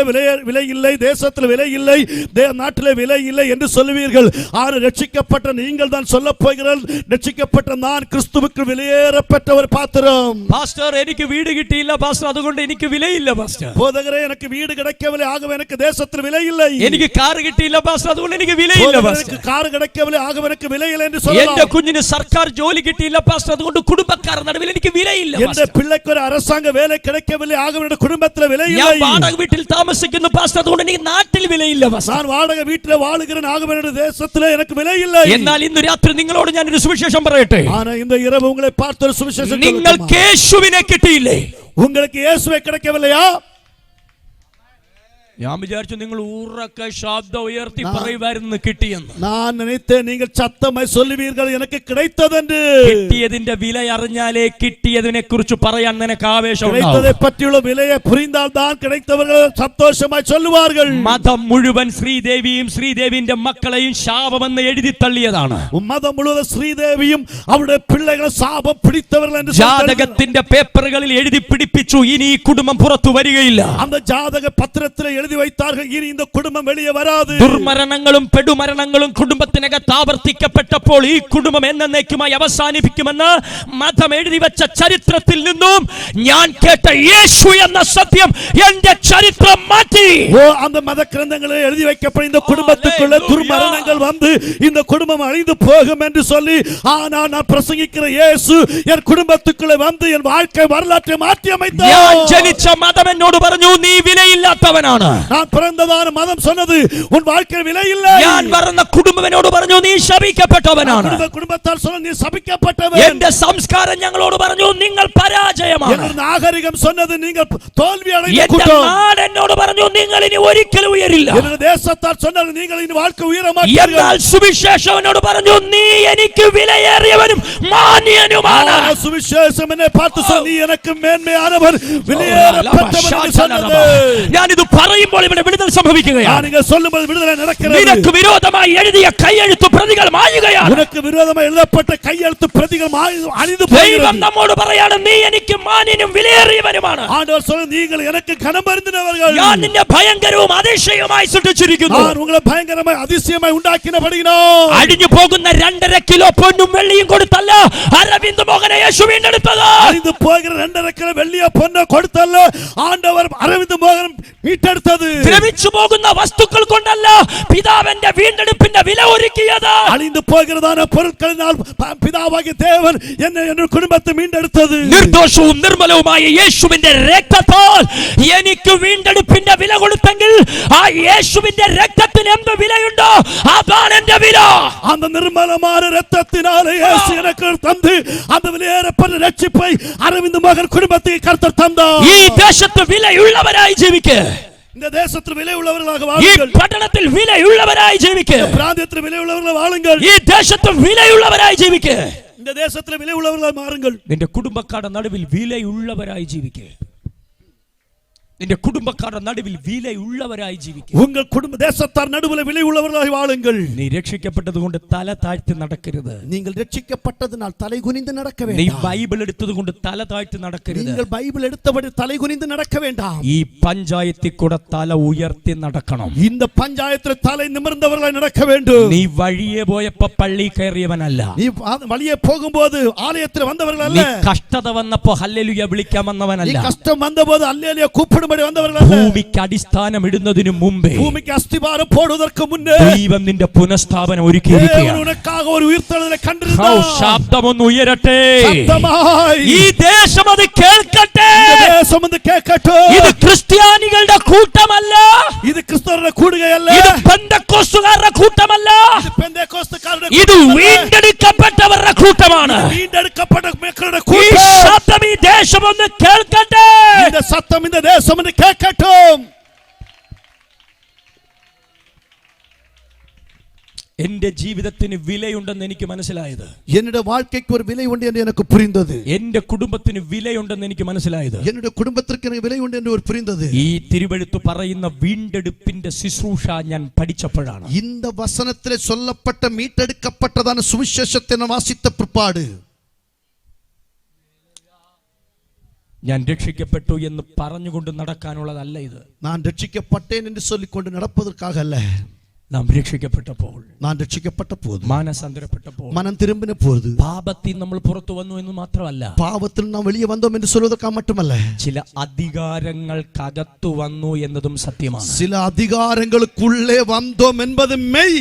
നിങ്ങൾ ഇരുട്ടിന്റെ രാജ്യത്തിൽ നിന്ന് പുറത്തു വന്നു. നിങ്ങൾ ഇരുളിൻ വെളിച്ചത്തിൽ നിന്ന് വെളിയെ വന്നീர்கள். പക്ഷെ അടുത്തൊരു വചനമുണ്ട്. അടുത്തൊരു വാർത്ത இருக்கிறது. നിങ്ങൾ പുത്രന്റെ രാജ്യത്തിന്റെ അകത്തു വന്നു. നിങ്ങൾ കുമാരന്റെ രാജ്യത്തിനുള്ളിൽ ചേർക്കപ്പെട്ടീர்கள். കരമടിച്ച് കർത്താവിനെ സ്തുതിച്ചോ. കരങ്ങളെ തട്ടി കർത്തനാമത്തെ മഹിമപ്പെടുത്തുക. നമ്മൾ ആരാണ്? നാം ആര്? ഇരുട്ടിന്റെ രാജ്യത്തിൽ നിന്ന് പുറത്തു വന്നവർ മാത്രമല്ല, ഇരുളിൻ രാജ്യത്തിൽ നിന്ന് വെളിയെ വന്നവരല്ല, പുത്രന്റെ രാജ്യത്തിന്റെ അകത്തു വന്നവരാണ്. കുമാരന്റെ രാജ്യത്തിനുള്ളിൽ വന്നവர்கள். ഇപ്പോൾ നിങ്ങൾ ജീവിക്കുന്നത് എവിടെയാണ്? ഇപ്പോൾ നിങ്ങൾ എങ്ങനെ വാഴ്ന്നുകൊണ്ടിരിக்கிறீர்கள்? ദൈവ കുടുംബത്തിന്റെ അംഗങ്ങളായിട്ടാണ്. ദേവ കുടുംബത്തിൻ മക്കളായി വാഴ്ന്നുകൊണ്ടിരിக்கிறீர்கள். നിങ്ങൾ എങ്ങനെ തകരും? നിങ്ങൾ എപ്പോൾ അളിക്കപ്പെടുവീர்கள்? നിങ്ങൾ എങ്ങനെ പരാജയപ്പെടും? നിങ്ങൾ എപ്പോൾ അഴിഞ്ഞു പോവീர்கள்? You are the members of God's household.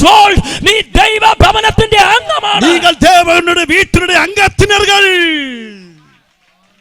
സത്യം നിങ്ങൾ അറിയുകയും സത്യത്തെ അറിവീர்கள். സത്യം നിങ്ങളെ സ്വതന്ത്രരാക്കും. സത്യം ഉങ്ങളെ വിടുതലയാക്കും. നമ്മൾ വിലയുള്ളവരാണ്. നാം വിലയേറപ്പെട്ടവர்கள். ഈ ലൂക്കോസ് 14 ഞാൻ വായിച്ചപ്പോൾ, ലൂക്ക എഴുതിയ സുവിശേഷം 15 ഞാൻ വായിച്ചപ്പോൾ, 15 അധികാരം വാസിത്തപ്പോது യേശു ഒരു സമൂഹത്തോട് പറയുന്ന വാക്കുകളാണിത്. യേശു ഒരു സമൂഹത്തെ பார்த்து சொல்லுகிற வார்த்தை. എന്തുകൊണ്ട് യേശുവിന് ഇത് പറയേണ്ടി വന്നു? ஏன் இந்த வார்த்தை இயேசு சொல்ல வேண்டியது? അതിന്റെ ഫസ്റ്റ് പോർഷൻ പറയുന്നു, அதன் முதலாவது பகுதி சொல்லுகிறது, ചുങ്കക്കാരും പാപികളും ആയക്കാരകളും പാവികളും വചനം കേൾക്കാൻ വന്നല്ല, വചനം കേൾക്കുമ്പടി വന്നവர்கள் എന്നല്ല, യേശുവിന്റെ വചനം കേൾക്കാൻ വന്നു. യേശുവിൻ വചനത്തെ കേൾക്കുമ്പടി വന്നാர்கள்.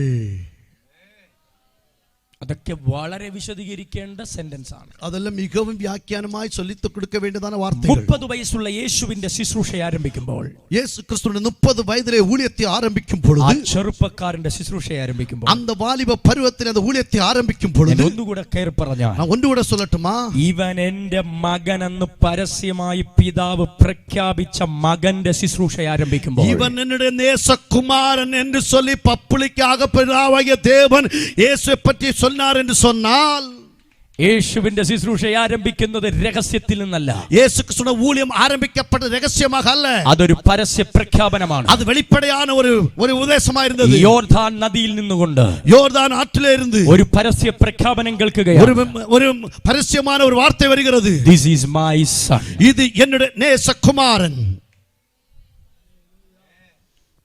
പന്നിക്കൂട്ടിൽ നിന്ന് മടങ്ങി വന്ന മകനോടുള്ള അപ്പന്റെ രഹസ്യ സന്ധി സംഭാഷണമല്ല ഇത്. പന്നിക്കൂടുകയിൽ നിന്ന് രഹസ്യമായി വന്നതാണ് തകപ്പരുടെ രഹസ്യ സംഭാഷണയല്ല.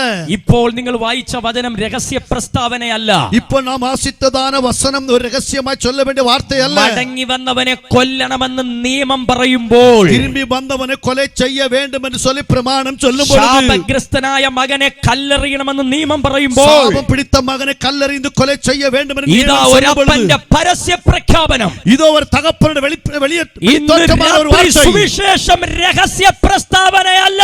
ഇന്ന് ഇരവിന്റെ സുവിശേഷം രഹസ്യമായി ചൊല്ല വേണ്ടിയതല്ല. ഭാരതത്തിന് ഇത് പരസ്യ പ്രഖ്യാപനം തന്നെയാണ്. ഓ ഉലകത്തിற்கு ഇത് വെളിപ്പടയായി ചൊല്ല വേണ്ടിയ ലോകം ശപിക്കപ്പെട്ടവനെന്ന് മുദ്ര കുത്തിയവന്റെ മേൽ, ഓ ഉലകം നീ ശപിക്കപ്പെട്ടവൻ എന്ന് ചൊല്ലി മുദ്രയിടുമ്പോൾ, നിനക്കിനി ഒരു തിരിച്ചുവരവില്ലെന്ന് പറയുമ്പോൾ, നിനക്ക് ഇനി ഒരു തിരുമ്പി വരവ് ഇല്ല എന്ന് ചൊല്ലുമ്പോൾ, പാപിയെ നോക്കിയുള്ള പരസ്യ പ്രഖ്യാപനം, அந்த பாவியை பார்த்து வெளிப்படையாய் சொல்லுகிற வார்த்தை, ഈ എന്റെ മകൻ, നീ എന്നുடைய കുമാരൻ. ഇത് രഹസ്യ പ്രസ്താവനയല്ല. ഇത് രഹസ്യമായി சொல்லுகிற വാർത്തയല്ല. ഇതൊരു പേരല്ല. ഇതൊരു പേരല്ല. ഇതൊരു സ്റ്റേറ്റ്മെന്റ് അല്ല. ഇതൊരു സ്റ്റേറ്റ്മെന്റ് അല്ല. ഇതൊരു ബന്ധമാണ്.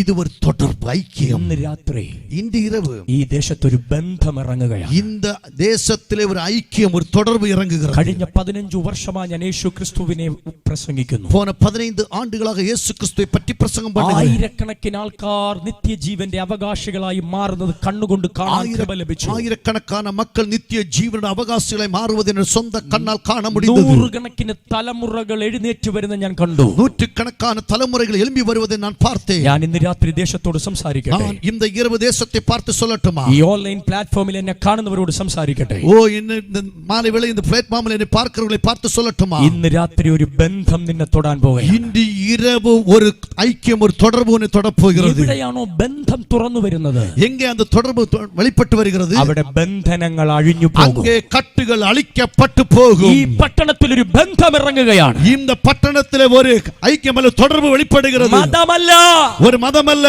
ബന്ധം, ഒരു തുടർബ്. ദൈവവും മനുഷ്യനുമായുള്ള ബന്ധം, ദേവനും മനുഷ്യനുമായുള്ള ഒരു തുടർബ്, പിതാവും മക്കളുമായുള്ള ഒരു ബന്ധം, പിതാവും പിള്ളകളുമായ ഒരു തുടർബ്. ഈ രാത്രി നിന്റെ വീട്ടിൽ തുറക്കുകയാണ്. ഓ இந்த ராத்திரி வேளை வீட்டுக்குள்ள அது தொடர்பு. ഈ ബന്ധം തുറന്നെടുത്തെല്ലാം ബന്ധനങ്ങൾ അഴിഞ്ഞുപോയി.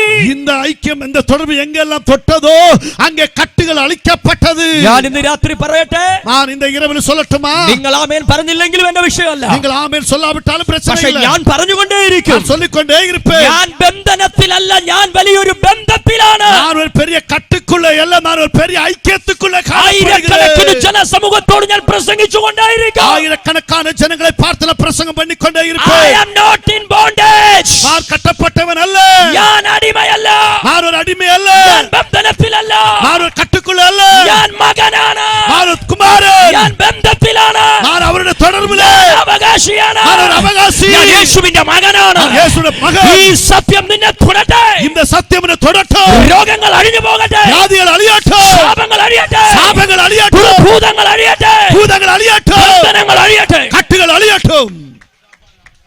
Right now in the mighty name of Jesus. യേശു ക്രിസ്തുവിന്റെ അധികാരമുള്ള നാമത്തിൽ രോഗങ്ങൾ കാണാതെ പോകട്ടെ, വ്യാധികൾ അഴിഞ്ഞു പോകട്ടെ, ട്യൂമറുകൾ അപ്രത്യക്ഷമാകട്ടെ, ട്യൂമർ മാറി പോകട്ടെ. നീ ബന്ധനത്തിന്റെ ഉടമസ്ഥനല്ല, നീ அந்த தொடர்புடைய നമ്പിക്കയുള്ളവനല്ല, നീ ബന്ധനത്തിന്റെ ഉടമസ്ഥയല്ല. നീ அந்த കട്ടുക്കുള്ള കാണപ്പെടുகிறവൻ. യേശു നിന്നെ വിളിച്ചത് ഒരു ബന്ധത്തിലേക്കാണ്. യേശുവിനെ അழைத்தது அப்படிப்பட்ட ஒரு இயேசு மகள தொடர்புக்காக. Jesus. ആമേൻ. പലരും എന്നോട് ചോദിച്ചിട്ടുണ്ട്, പലരും എന്നടുത്ത് കേട്ടിരിக்கிறார்கள், ബന്ധനം അഴിയാൻ എന്ത് ചെയ്യണം പാസ്റ്റർ? കട്ടുകൾ അഴിവதற்கு ഞാൻ എന്നെ ചെയ്യ വേണ്ടി പോകുന്നു? ബന്ധനം അഴിയാൻ എന്ത് ചെയ്യണം പാസ്റ്റർ? കട്ടുകൾ അഴിവதற்கு ഞാൻ എന്നെ ചെയ്യ വേണ്ടി പോകുന്നു? ഞാൻ ഒന്നാമത് കൊടുക്കുന്ന കാര്യം, ഞാൻ முதலாவது சொல்லுகிற காரியம், ബന്ധനം അഴിയാൻ ബന്ധം തുറക്കണം. കട്ടുകൾ അഴിവதற்காக கிறிஸ்துவுமாக ஐக்கியம் உண்டாக வேண்டும். ഇതുവരെ ജീവിച്ചതിനേക്കാൾ അധികമായി ദൈവികമായ ബന്ധം വളരണം. ഇതുവരെ வாழ்ந்ததை விட இனிமேல் கிறிஸ்துவுமாக நல்ல ஒரு ஐக்கியம் எனக்குள்ள வர வேண்டும். പരിശുദ്ധാത്മാവുമായുള്ള ഐക്യത വർദ്ധിക്കണം. பரிசுத்த ஆவியுமாக எனக்கு ஒரு ஐக்கியம் வளர வேண்டும். ദൈവ ശബ്ദം കേൾക്കാനുള്ള കാത് വീണ്ടും വർദ്ധിക്കണം. தேவ சத்தத்தை கேட்கும்படி என்ற காதுகள் மறுபடி திறக்கப்பட வேண்டும். ദൈവ സാന്നിധ്യം അനുഭവിക്കാൻ കഴിയുന്ന ലെവലിൽ നമ്മൾ മാറണം. தேவ சமூகத்தை ருசித்து பார்க்கக்கூடிய நிலைமைக்கு நேராக நாம் வளர வேண்டும். നമ്മുടെ ശരീരത്തിന് 5 ഇന്ദ്രിയങ്ങളുണ്ട്. നമ്മുടെ ശരീരത്തിൽ 5 ஐம்புலங்கள் உண்டு. 5 ഇന്ദ്രിയങ്ങൾ കൊണ്ടാണ് നിങ്ങൾ ഈ ലോകം മുഴുവൻ കാണുന്നത്. இந்த ஐம்புலங்கள் மூலமாக இந்த உலகம் முழுவதையும் பார்க்கிறீர்கள். നിങ്ങൾ കാണുന്നു, நீங்கள் பார்க்கிறீர்கள், കേൾക്കുന്നു, கேட்கிறீர்கள், തൊടുന്നു, தொடுகிறீர்கள், രുചിക്കുന്നു. ருசிக்கிறீர்கள். കാരണം என்னவென்றால் 5 ഇന്ദ്രിയങ്ങൾ ആക്ടിവേറ്റ് ആണ്. அந்த ஐம்புலங்கள் ஆக்டிவேஷனா இருக்கிறது. നിങ്ങളിൽ ഒരു ആത്മ മനുഷ്യനുണ്ട്. உங்களுக்குள்ள ஒரு ஆவிக்குரிய மனிதன் உண்டு. ആത്മ മനുഷ്യൻ 5 ഇന്ദ്രിയങ്ങളുണ്ട്. ആവിക്കുரிய മനുഷ്യർക്ക് 5 പുലങ്ങൾ ഉണ്ട്. 5 ഇന്ദ്രിയങ്ങൾ നിങ്ങൾക്ക് ആക്ടിവേറ്റ് ആണെങ്കിൽ മാത്രമേ നിങ്ങൾക്ക് ദൈവികമായതിനെ കാണാനും കേൾക്കാനും തൊടാനും പറയാനും അനുഭവിക്കാനും കഴിയൂ. அந்த 5 புலங்கள் உபயோகத்தில் இருந்தால் மட்டும்தான் பார்க்கவும் கேட்கவும் ருசிக்கவும் முடியும். അത് തുറക്കപ്പെടട്ടെ, അത് തുറന്നു വരട്ടെ. ഇതുവരെ അനുഭവിച്ചതിനേക്കാൾ ദൈവ സാന്നിധ്യം അനുഭവിക്കുവാൻ നിന്റെ ആത്മ മനുഷ്യന് കഴിയട്ടെ. இதுவரை பெற்றுக்கொண்டதை விட ஒரு தெய்வீக வல்லமை பெற்றுக்கொள்ள பரலோகத்தின் ஆண்டவர்களை தொடுவாராக. നരകം പോലെ കിടക്കുന്ന വീട്ടിൽ ഇന്നു രാത്രി ആ വാതിൽ കൈവച്ച് തുറക്കുമ്പോൾ നീ അകത്ത് കയറുന്നതിന് മുമ്പേ ഒരു വെളിച്ചം അകത്ത് കയറട്ടെ. வீடு நரகத்தை போல் காணப்படுகிறது. இந்த கூட்டம் முடிந்து வீட்டுக்குள்ள போய் அந்த வாசலை திறக்கும் பொழுது அந்த நரகம் போல் காணப்பட வீடு ஒரு பரலோகமாய் மாறட்டும். ഒരു വെളിച്ചം ആ വീടിനകത്ത് പ്രവേശിക്കട്ടെ. அந்த வீட்டுக்குள்ள ஒரு வெளிச்சம் பாயட்டும். 30 വയസ്സുള്ള യേശുവിന്റെ ശുശ്രൂഷ ആരംഭിക്കുമ്പോൾ 30 വയതിലെ യേശു ക്രിസ്തുവിന്റെ ഊഴിയത്തെ ആരംഭിക്കും പൊഴുത് ചിലർ പറഞ്ഞു യേശു ഒരു റബ്ബിയാണ്. ചിലർ சொன்னார் യേശു ഒരു റബ്ബി എന്ന്. ചിലർ പറഞ്ഞു യേശു ഒരു പ്രവാചകനാണ്. ചിലർ சொன்னார் യേശു ക്രിസ്തു ഒരു തീർക്കദരിസി. ചിലർ പറഞ്ഞു യേശു ഒരു ഗുരുവാണ്. ചിലർ சொன்னார் യേശു ഒരു ഗുരു എന്ന്. ചിലർ പറഞ്ഞു യേശു ഒരു അധ്യാപകനാണ്. ചിലർ சொன்னார் യേശു ഒരു ആശ്രിയർ. ചിലർ പറഞ്ഞു യേശു മറിയുടെ മകനാണ്. ചിലർ சொன்னார் യേശു മരിയാളുടെ മകൻ. ചിലർ പറഞ്ഞു യേശു ഗലീലക്കാരനാണ്. ചിലർ சொன்னார் യേശു ഗലീലക്കാരൻ. പിന്നെ ചില അപവാദികൾ പറഞ്ഞു ഇവൻ ആരീ ജനിച്ചെന്ന് പോലും ഞങ്ങൾക്കറിയാം. ஆனா சில பரிகாசக்காரர்கள் சொன்னார்கள் இவர் யாருக்கு பிறந்தவர் என்றே தெரியும். പറയുന്ന ഒരുപാട് ഗ്രൂപ്പുകാരുണ്ട്. இப்படி சொல்லுகிற தாராளம் கூட்டத்தார் உண்டு. നിങ്ങൾ അതിന്റെ പുറകെ പോയാൽ, நீங்கள் அதற்கு பின்னாடி போனால் നിങ്ങൾ കരഞ്ഞുകൊണ്ടേയിരിക്കും. நீங்கள் அழுது கொண்டே இருப்பீர்கள். എന്നാൽ നിങ്ങൾക്ക് വേണ്ടി ஆனால் உங்களுக்காக പിതാവ് സംസാരിക്കും. பிதாவாகிய தேவன் பேசுவார். അവരിങ്ങനെ പറഞ്ഞു, ഇവരങ്ങനെ പറഞ്ഞു, ആ പാസ്റ്റർ ഇങ്ങനെ പറഞ്ഞു, ആ ഗ്രൂപ്പുകാർ ഇങ്ങനെ പറഞ്ഞു, ഈ വാട്സപ്പ് ഗ്രൂപ്പിൽ ഇങ്ങനെ പറഞ്ഞു, പിന്നെ ആ സംഘടനക്കാർ ഇങ്ങനെ പറഞ്ഞു. നെവർ മൈൻഡ്, നിന്നെക്കുറിച്ച് ദൈവം എന്തു പറഞ്ഞു. அவர் அப்படி சொன்னார்கள், இவர்கள் இப்படி சொன்னார்கள், அந்த குரூப் இப்படி சொன்னார்கள், வாட்ஸ்அப்பில் இப்படி சொன்னார்கள். அதை பற்றி ஒன்று நீங்கள் பொருட்படுத்தவே வேண்டாம். நீங்கள் சிந்திக்க வேண்டியது இயேசு என்னை பற்றி என்ன சொன்னார். പിതാവ് പറഞ്ഞു, അവൻ എൻ്റെ മകൻ. பிதா சொன்னார், இவன் என்னுடைய குமாரன். അടുത്ത 3.5 വർഷം യേശു എന്താ പറഞ്ഞെന്നറിയോ? அடுத்த 3.5 ஆண்டு காலங்கள் இயேசு என்ன சொன்னார் தெரியுமா? ഞാനും പിതാവും ഒന്നാകുന്നു. நானும் பிதா ஒன்றாயிருக்கிறோம். എന്നെ കണ്ടവർ പിതാവിനെ കണ്ടിരിക്കുന്നു. என்னை கண்டடைந்தவர்கள் பிதாவை கண்டிருக்கிறார்கள். Because I am a son. ஏனென்றால் நான் அவருடைய பிள்ளை. പിതാവ് സംസാരിക്കുന്നു, ഞാനും സംസാരിക്കുന്നു. പിതാവും பேசுகிறார், நானும் பேசுகிறேன். പിതാവ് ചലിക്കുന്നു, ഞാനും ചലിക്കുന്നു. പിതാ അസൈവാടുகிறார், നാനും അസൈവാടുகிறேன். പിതാവിന്റെ അധികാരമില്ലാതെ നിനക്ക് എന്നെ തൊടാൻ കഴിയില്ല. പിതാവിന്റെ അധികാരമില്ലാത്തപടി ഉന്നാൽ എന്നെ തൊട முடியாது. ഞാൻ നിങ്ങളോട് സംസാരിക്കുന്നത് മതജീവിതത്തെ കുറിച്ചല്ല. நான் உங்களை பார்த்து பேசுறது மத சம்பந்தமான காரியத்தை பற்றி அல்ல. ഒരു വലിയ ബന്ധത്തെ കുറിച്ചാണ്. மிகப்பெரிய ஒரு ஐக்கியத்தை பற்றி சொல்லுகிறேன். പിതാവേ, നിന്റെ ഇഷ്ടം ചെയ്യാൻ உம்முடைய சித்தம் நிறைவேற்றும்படி ഞാൻ എന്നെ തന്നെ കൊടുക്കുകയാണ്. நான் என்னை ஒப்படைக்கிறேன். നിങ്ങൾക്ക് എന്തു മനസ്സിലായി? உங்களுக்கு என்ன புரிந்தது? ഇതൊരു വലിയ ബന്ധമാണ്. இது ஒரு பெரிய ஒரு ஐக்கியம். ഈ ബന്ധം നിന്റെ മേൽ തുറന്നാൽ, இந்த ஐக்கியம் உன் வாழ்க்கையில் திறக்கப்பட்டால் മരണം പോലും നിന്റെ മുമ്പിൽ തോറ്റുപോകും. மரணம் வரைக்கும் உனக்கு முன்பாக முழங்கால் படி போடும். കരം ഉയർത്തി ഒരു ഹല്ലേലൂയ പറഞ്ഞു. ചുങ്കക്കാരും പാപികളും ஆயக்காரர்களும் பாவிகளும் യേശു ശുശ്രൂഷിക്കുന്ന കാലഘട്ടത്തിൽ, യേശു ஊழியம் செய்கிறதான காலகட்டத்திலே, ശാസ്ത്രിമാരുടെ പ്രസംഗങ്ങളിൽ, சாஸ்திரிமாருடைய செய்திகளிலே പ്രധാനപ്പെട്ട ഒരു സബ്ജക്ട്, மிக முக்கியமான ஒரு சப்ஜெக்ட், ചുങ്കക്കാരും പാപികളും നരകത്തിൽ കത്തുന്ന തീയിലെ വിറക് കഷ്ണങ്ങളാണ്. ஆயக்காரர்களும் பாவிகளும் எரிகிறதான நரகத்திலே எரிந்து கொண்டிருக்கிறதான கொள்ளிகள் என்று. ഇതായിരുന്നു ശാസ്ത്രിമാരുടെ പ്രസംഗം. இதுதான் சாஸ்திரிமாருடைய செய்திகள். ചുങ്കക്കാരും പാപികളും ஆயக்காரரும் பாவிகளும் എന്തിനാണ് ദൈവം സൃഷ്ടിച്ചിരിക്കുന്നത്? எதற்காக ஆண்டவர் சிருஷ்டித்தார்? നരകത്തിലെ തീ കത്തുമ്പോൾ നരകത്തിലെ തീ ആ തീ ആളിപ്പടർത്താൻ, அந்த തീ ആഴ്ந்து എരിയുംപടി നമ്മൾ തീ കത്തിക്കാൻ വിറകിടുന്നത് പോലെ ദൈവം വിറകുകൊള്ളികളാക്കി വച്ചേക്കുന്നവരാണ് ചുങ്കക്കാരും പാപികളും. നാം തീയെ എരിവதற்காக விறகு துண்டுகளை போடுவது போல ஆண்டவர் ஆயக்காரரும் பாவிகளை நரகத்தில் போடுவதற்காக வைக்கப்பட்டதான கூட்டம் தான் என்று നിങ്ങളൊന്ന് ചിന്തിച്ചു നോക്ക്. நீங்கள் ஒன்று சிந்தித்து ഈ பாருங்கள். മീറ്റിംഗിനകത്ത് ഒരു ചുങ്കക്കാരൻ ഇരുന്നെന്ന് ചിന്തിക്കേ. இந்த கூட்டத்திற்குள்ளே ஒரு ஆயக்காரன் இருக்கிறான் என்று അവന്റെ வைத்துக்கொள்ளுங்கள். ജോലി ചുങ്കം പിരിവാണ്. அவனுடைய வேலை என்று சொல்ல ஆயம் வசூல் பண்ணுகிறவன். ഇവരെങ്ങനാ ചുങ്കക്കാരാകുന്നതെന്ന് ബൈബിൾ വീണ്ടും പറയുന്നു. இவன் எப்படி ஆயக்காரனாய் மாறுகிறான் என்று பைபிள் தெளிவாய் சொல்லுகிறது. ചുങ്കക്കാരെ എങ്ങനെയാണ് ഡീൽ ചെയ്യേണ്ടതെന്ന് ബൈബിൾ പറയുന്നു. ஆயக்காரர்களை எப்படியாக ஹேண்ட் ஓவர் பண்ண வேண்டும் என்று பைபிள் சொல்லுகிறது. അതൊന്നും ഞാൻ വിശദീകരിക്കുന്നു. அது ஒன்று நான் சொல்லவில்லை. ചുങ്കക്കാർക്ക് ആലയത്തിൽ പ്രവേശനമില്ല. ஆயக்காரர்களுக்கு ஆலயத்தில் பிரவேசிக்க முடியாது. ചുങ്കക്കാർക്ക് സിനഗോഗിൽ പ്രവേശനമില്ല. ஆயக்காரர்கள் சினகோகிலே பிரவேசிக்க முடியாது. ചുങ്കക്കാരെ കണ്ടിരുന്നത് നരകത്തിന്റെ വിറകുകൊള്ളികളായിട്ടാണ്. ஆயக்காரர்களை இவனமாய் பார்த்திருந்தார்கள் நரகத்துடைய விறகுகள் என்று. അതുകൊണ്ടാണ് പണമുണ്ടായിട്ടും സക്കായി തല ഉയർത്തി ഫ്രണ്ടി വരാതെ മരത്തിന്റെ മുകളിൽ ഇരുന്ന് ഒളിച്ചു നോക്കിയത്. ஆகவேதான் காசு இருந்தும் சகேயு வெளியே கூட்டத்திற்கு வெளியே வராதபடி ஒரு மரத்தின் மேல் ஏறி உட்கார்ந்து கொண்டிருந்தான். ആ നാട്ടിലെ ഏറ്റവും വലിയ സമ്പന്നൻ, அந்த தேசத்திலே காணப்பட்ட மிகப்பெரிய ஒரு ஐஸ்வர்யவான், റോമൻ ഗവൺമെന്റിന്റെ ടാക്സ് കളക്ടർ. ചുങ്കം പിരിക്കാൻ നടക്കുന്ന ആളല്ല സക്കായി. നമ്മുടെ വീട്ടില് ഈ പലിശക്കാരൻ വന്ന് പിരിക്കുന്ന പോലെ പിരിക്കുന്ന ആളല്ല അദ്ദേഹം. ആ പ്രവിശ്യയുടെ കളക്ടറാണ്, ചുങ്കക്കാരുടെ കളക്ടറാണ്. அந்த ரோமன் சாம்ராஜ்யத்திலேயே ஆயம் வசூல் பண்ணுகிற ஒரு அரசன், அந்த ரோம அரசாங்கத்தினுடைய அந்த வசூல் பண்ணக்கூடியதான ஒரு பெரிய ஒரு கலெக்டராகி காணப்பட்டார். അല്ല നമ്മുടെ വീട്ടിൽ ബുക്കും പേനയും കൊണ്ട് പൈസ പിരിക്കാൻ വരുന്ന ആളല്ല. നമ്മുടെ വീട്ടിലെ வந்து புத்தகம் பெண்ணும் கொண்டு வந்து காசு பிரிப்பதற்காக வருகிற ஒரு நபர் அல்ல. அந்த സക്കായി ചുങ്കക്കാരനാണ്. ഇപ്പോൾ നമുക്ക് நல்லா நினைக்கிற സഖൈ എന്ന് சொன்னால் ആയക്കാരൻ. പക്ഷേ ബൈബിൾ വ്യക്തമായി പറഞ്ഞിട്ടുണ്ട് അദ്ദേഹം ചുങ്കക്കാരനല്ല, ചുങ്കക്കാരുടെ കളക്ടർ എന്ന് തന്നെ എഴുതിയിട്ടുണ്ട്. ബൈബിൾ തെളിവായി சொல்லப்பட்ட അവൻ ആയക്കാരനല്ല, ആയം വസൂൽ பண்ணுகிறவன் என்று തെളിവായി சொல்லியிருக்கிறது. നമുക്കൊരു സ്വഭാവമുണ്ട്, നമുക്കൊരു സ്വഭാവമുണ്ട്. ഒരാളെ എങ്ങനെ താഴ്ത്തി പറയാം, ഒരു നബറെ எப்படி നമുക്ക് താഴ്ത്തി പേസലാം. ഈ മനുഷ്യൻ അത്രയും വലിയ ആളാണ്, இந்த மனுஷன் அவ்வளவுக்கு பெரியவர். എന്നിട്ട് എന്ത് ഇദ്ദേഹം മരത്തിന്റെ മുകളിൽ ഒളിച്ചിരുന്നു? ஆனாலும் ஏன் இந்த மனுஷன் அந்த மரத்தின் மேலே ஏறி ஒளித்திருந்தார்? അദ്ദേഹം ഭൗമികമായി സമ്പന്നനാണ്, அவர் உலக பிரகாரமாய் மிகப்பெரிய ஐஸ்வர்யவான், ആത്മീകമായി പരാജിതനാണ്, ஆவிக்குரிய வாழ்க்கையிலே தோற்று போனவர். ഒരു ഹല്ലേലൂയ പറഞ്ഞു. ஹல்லேலூயா சொல்லுங்க. ചിലർ വച്ച വീടിന്റെ സാക്ഷ്യം പറഞ്ഞുകൊണ്ടിരിക്കുകയാണ്. சிலர் கட்டியிருக்கிற வீட்டினுடைய சாட்சியை சொல்லிக் கொண்டே இருப்பார்கள். നിങ്ങൾക്ക് വീട് കിട്ടുന്നതിന് എനിക്ക് ഒരു പ്രയാസമില്ല, உங்களுக்கு வீடு கிடைப்பதற்கு எனக்கு எந்த கவலையும் இல்லை. എന്റെ പ്രാർത്ഥന എന്ന് പറഞ്ഞാൽ ഒരു വീട് കൊണ്ടൊന്നും ഒതുങ്ങരുത്. என்னுடைய ஜெபம் என்று சொல்ல உங்களுக்கு ஒரு வீடோட முடிய போகுது. ചിലർക്ക് പറയാനുള്ള സാക്ഷ്യം എന്ന് പറഞ്ഞാൽ വീട് വെച്ചു. சிலருக்கு சாட்சி சொல்ல போனா வீடு வைத்தேன். എന്റെ മക്കളെ, നിങ്ങളുടെ സാക്ഷ്യം പറയുമ്പം വീട് വെച്ചതും കാറ് വാങ്ങിച്ചതും റബ്ബർ എസ്റ്റേറ്റ് വാങ്ങിച്ചതും ആയിരിക്കരുത്.